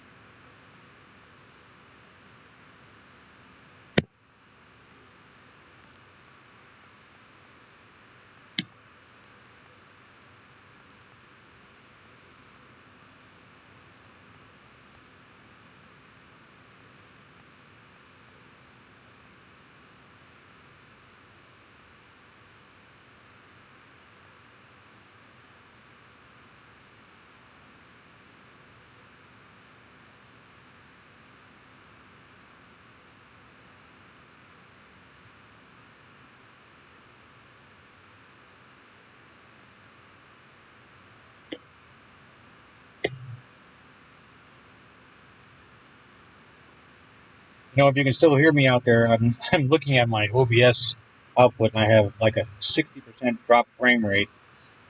That's horrible.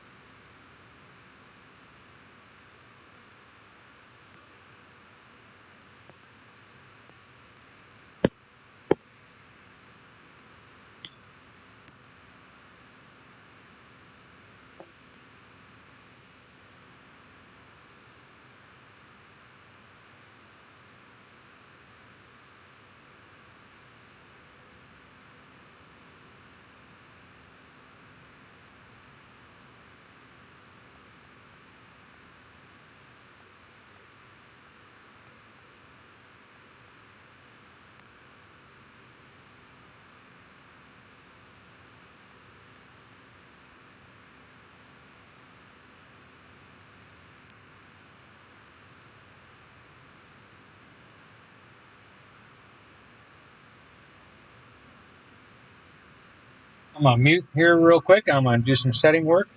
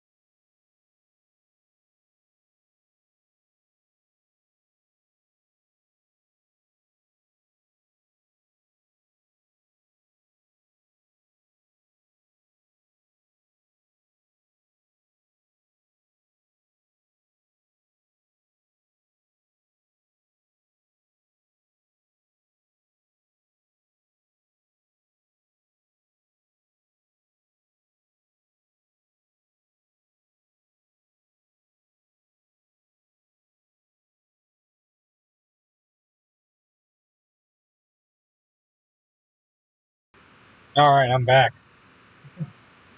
Looking at some data here. So this particular cell is certainly the most organized of all of them. It still may kick into some favorable low-level wind shear, although my gut is telling me that it's more part of a line of storms.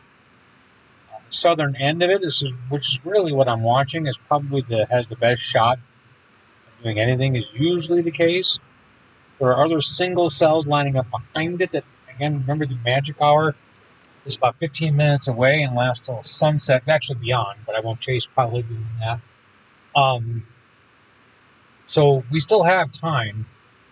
But this particular area looks like one big blob of, a little bit of hail in its core in a couple of places, but I don't see anything so far, any appendage or any indication on radar that this thing is going to rotate. But we're in a good position. We're going to have annoying power lines, but this is all part of what looks to be an expansion of this highway. 4 lanes eventually. Anyway, yeah, I'm just kind of watching the leading edge of this line. I don't see anything spectacular in the cloud formations. A lot of lookalikes out there in the thunderstorm land. You think you should be looking at turbulence behind the line, things like that apparently don't pan out to be much. There's a low ring over there. I don't think it's a wall cloud. It could be the base of a thunderstorm, but I don't think it's rotating. I'll watch it.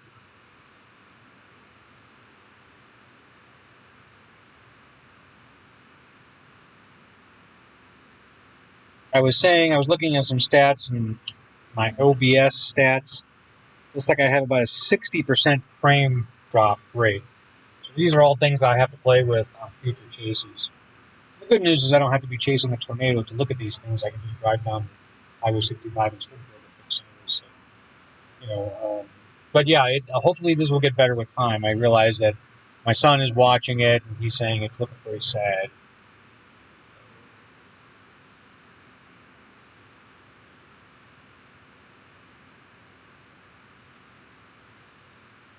The ground lightning flash there.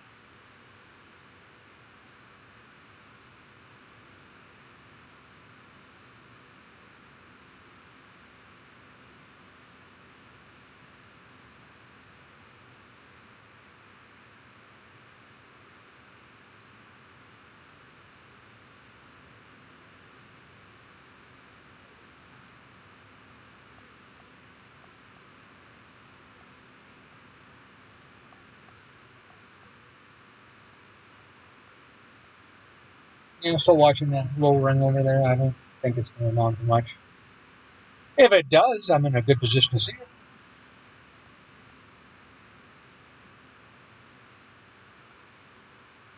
Pretty electrically active. That's a sign of a vigorous thunderstorm at least.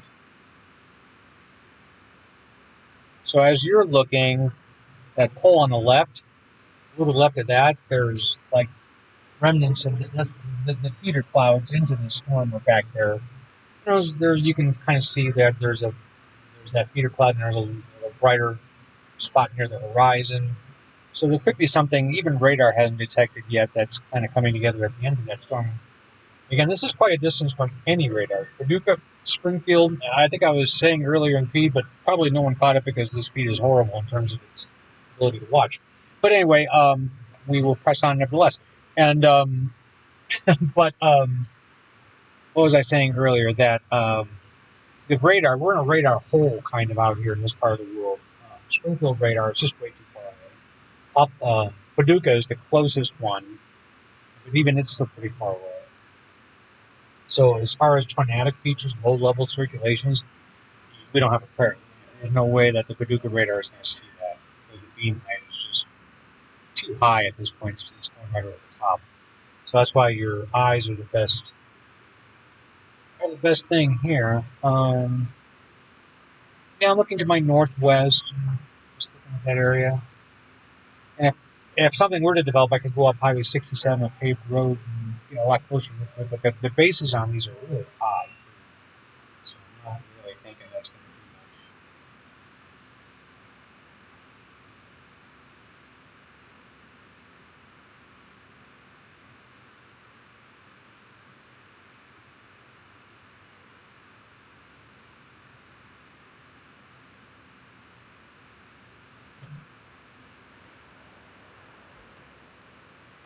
Wind still out of the south here. Nothing's been undercut.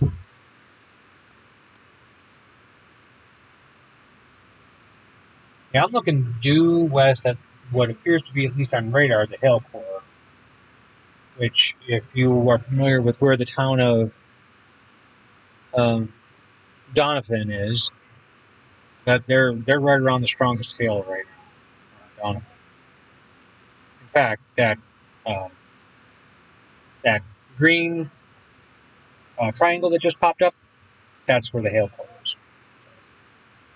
So the tail end of that storm, like the bottom left on the screen or the southwest corner of that storm, is not really being sampled very well, I don't think, by radar. So one thing that you should be watching for is a possibility that there could be something going on there. In fact, there is some sort of rotational component. Um, Way at the back of the storm, perhaps, kind of west of, or actually kind of over Donovan a little bit. I don't know about that. Keep an eye on it.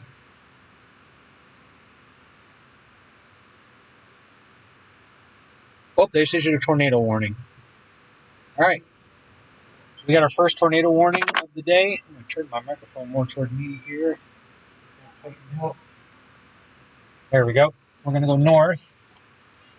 So we have, as you see on the screen, that tornado warning is basically issued for areas due um, east of the storm. And now,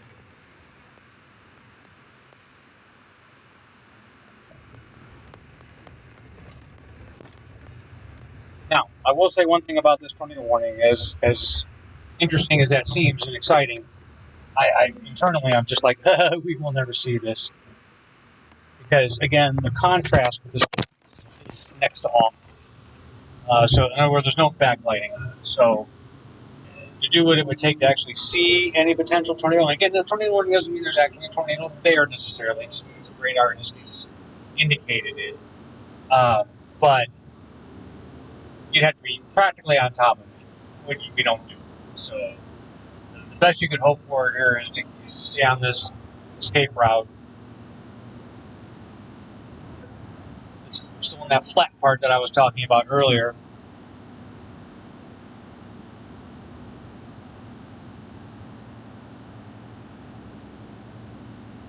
Okay, so navigationally, if you're keeping track of where I'm at, I'm almost at the center of that tornado warning on that orange road that goes to the right portion of the tornado. So if you look at the tornado warning, the polygon, look on the right side of it, there's a yellow line that indicates the eastward edge of the severe thunderstorm warning. Then there's the new tornado warning, and I'm on that orange road between the edge of the tornado warning and the edge of the severe. I was just telling you about a rotation I was seeing on radar, and bam, there they go. So,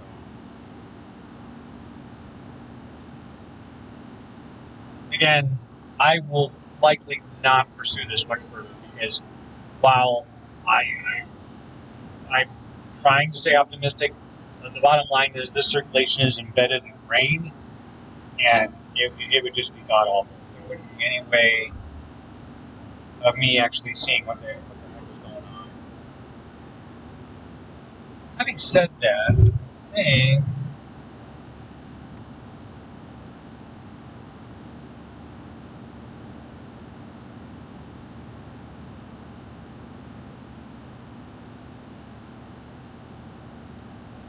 using my eye, that's the best clue here. We're coming up on a hill, but there's trees to my west, so that's good. Ready? Over the hill, every chaser. Over to the next hill, I swear we can see better. So now I'm closer to the center of the tornado warning, and I'm looking at an appendage on Reddit that I think is it. Um, Again, when you're a solo person like me, I'd have to stop the vehicle and call up the rotational data, which I'll do here in a second. I think we're just starting to enter that area now where the roads and trees get close, so I don't probably want to hang out here very long. Especially I don't want to hang out here if it looks like we're going to get rained on and my visibility is shot. So I'm going to pull off here. I got a bunch of semis behind me. I'll let these guys do their thing. There's construction going on here. There's a barricade in the middle, and I don't really want to. I don't really want to have that as a way of me not being able to get out of the way. I have a green sky to my due west. Interesting. If there's anything in there, it's going to be right there. I will show it to you here in a second.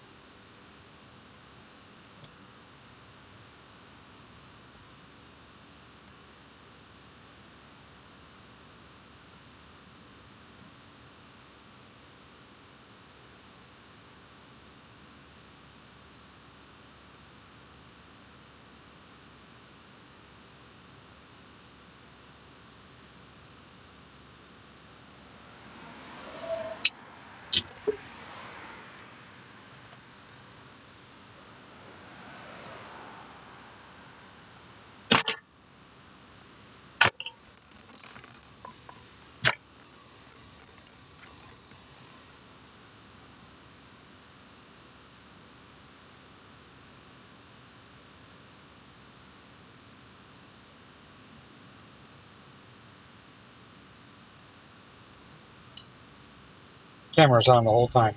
I don't have a single. I have a dead battery. That's ridiculous. Okay, well, I learned lessons learned when you storm chase. Make sure you actually charge when you charge your battery. That's great. Make sure you actually don't have the camera on the entire time you're driving to your storm chase. Uh,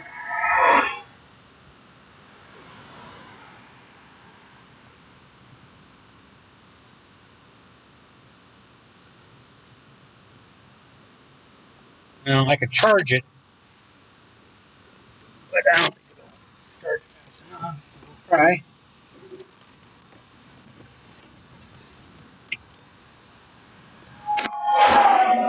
I can always record everything with my phone, so I'm not too worried about it. But I would rather use my DSLR. But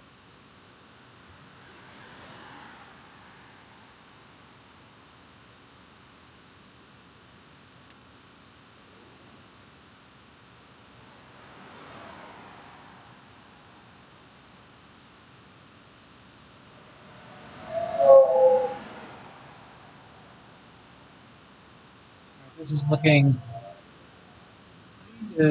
well, it's looking just about due west, maybe a little bit north or west, right into the core of the tornado warning. I'm sitting on Highway 67 just before it starts to veer off toward the northeast. A lot of thunder. I see a lot of rotation here, a lot of lightning thunder.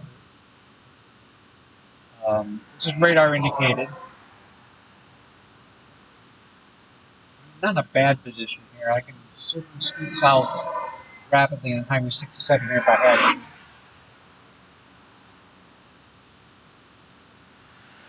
Looking all around, trying to see if there's anything notable here. Look up a little bit. No obvious rotation yet. But it does look like some pretty good rise in motion.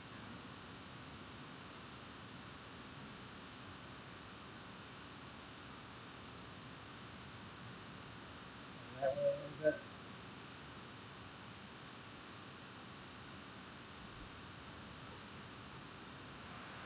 All right.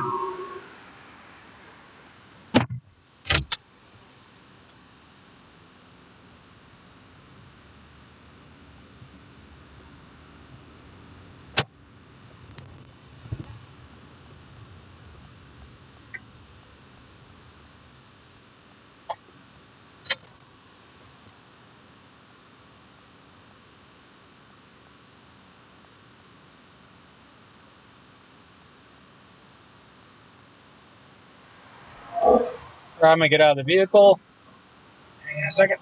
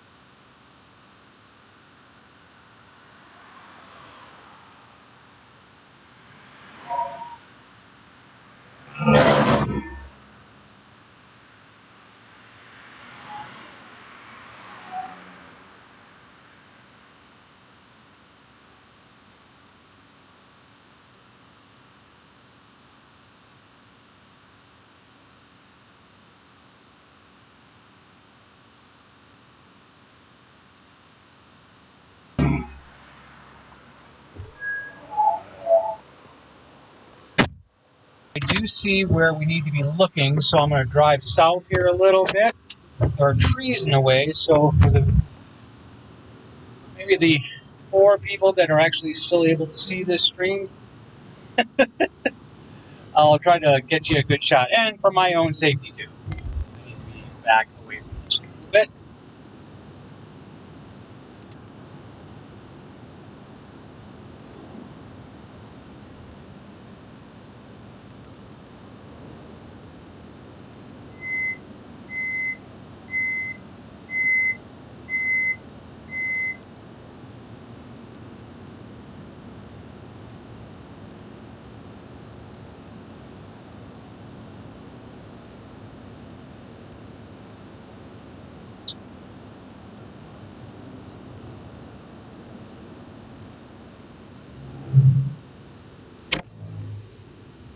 Alright.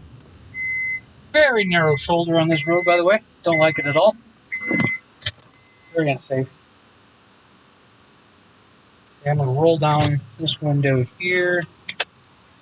And yeah, this is where I want to be.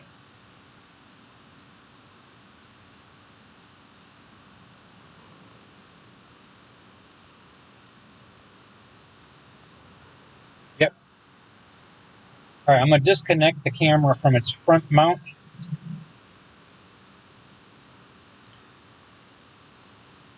I'm going to pull it over to this window.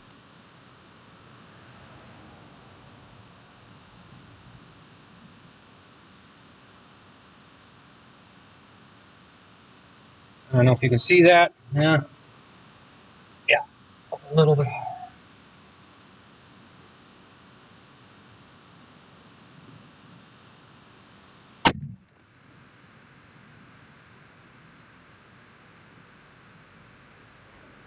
How's that? Nah.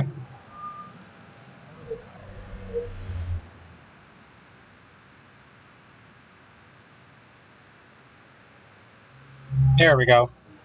That's about the best view I can give you guys on the live stream if you're still there. That appears to be a lowering and a wall cloud right there.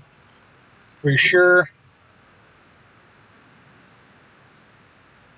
Yeah. Yeah, that's definitely it. The hail core is due west of me. There's a circulation right there on radar. It actually could be that area right over there. I may have to drop south a little bit more. Yeah, we're going to drop south. All right.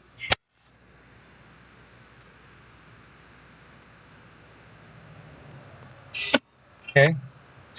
Got a line of cars behind me, which I'm not real thrilled about. Sorry, the camera's just going to have to sit up here for a second.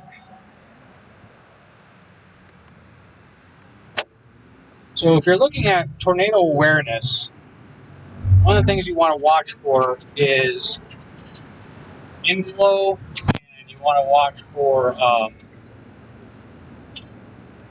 a rain core that you can't see. So that's why I think that with a line of trees on the horizon, and I can't get a clear shot of a part of this, and I wish I could show what I was talking about, but I got to focus on driving here a second. And putting my seatbelt on. But we got to get clear of these trees, which means we're going back to an area we were just at. I think it's going to be pretty revealing once we get there. So bear with me here for a second. Again, I'm a one-man band storm chaser here.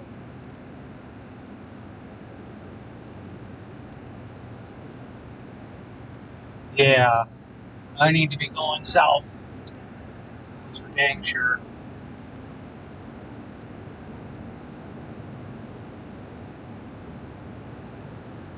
I apologize for it's just not screwed to the face. What I'm really interested in is that area right over there where there's blowing dust coming in behind that. I think that's just a dust front feature, but just to be safe here, we're going to get ahead of this.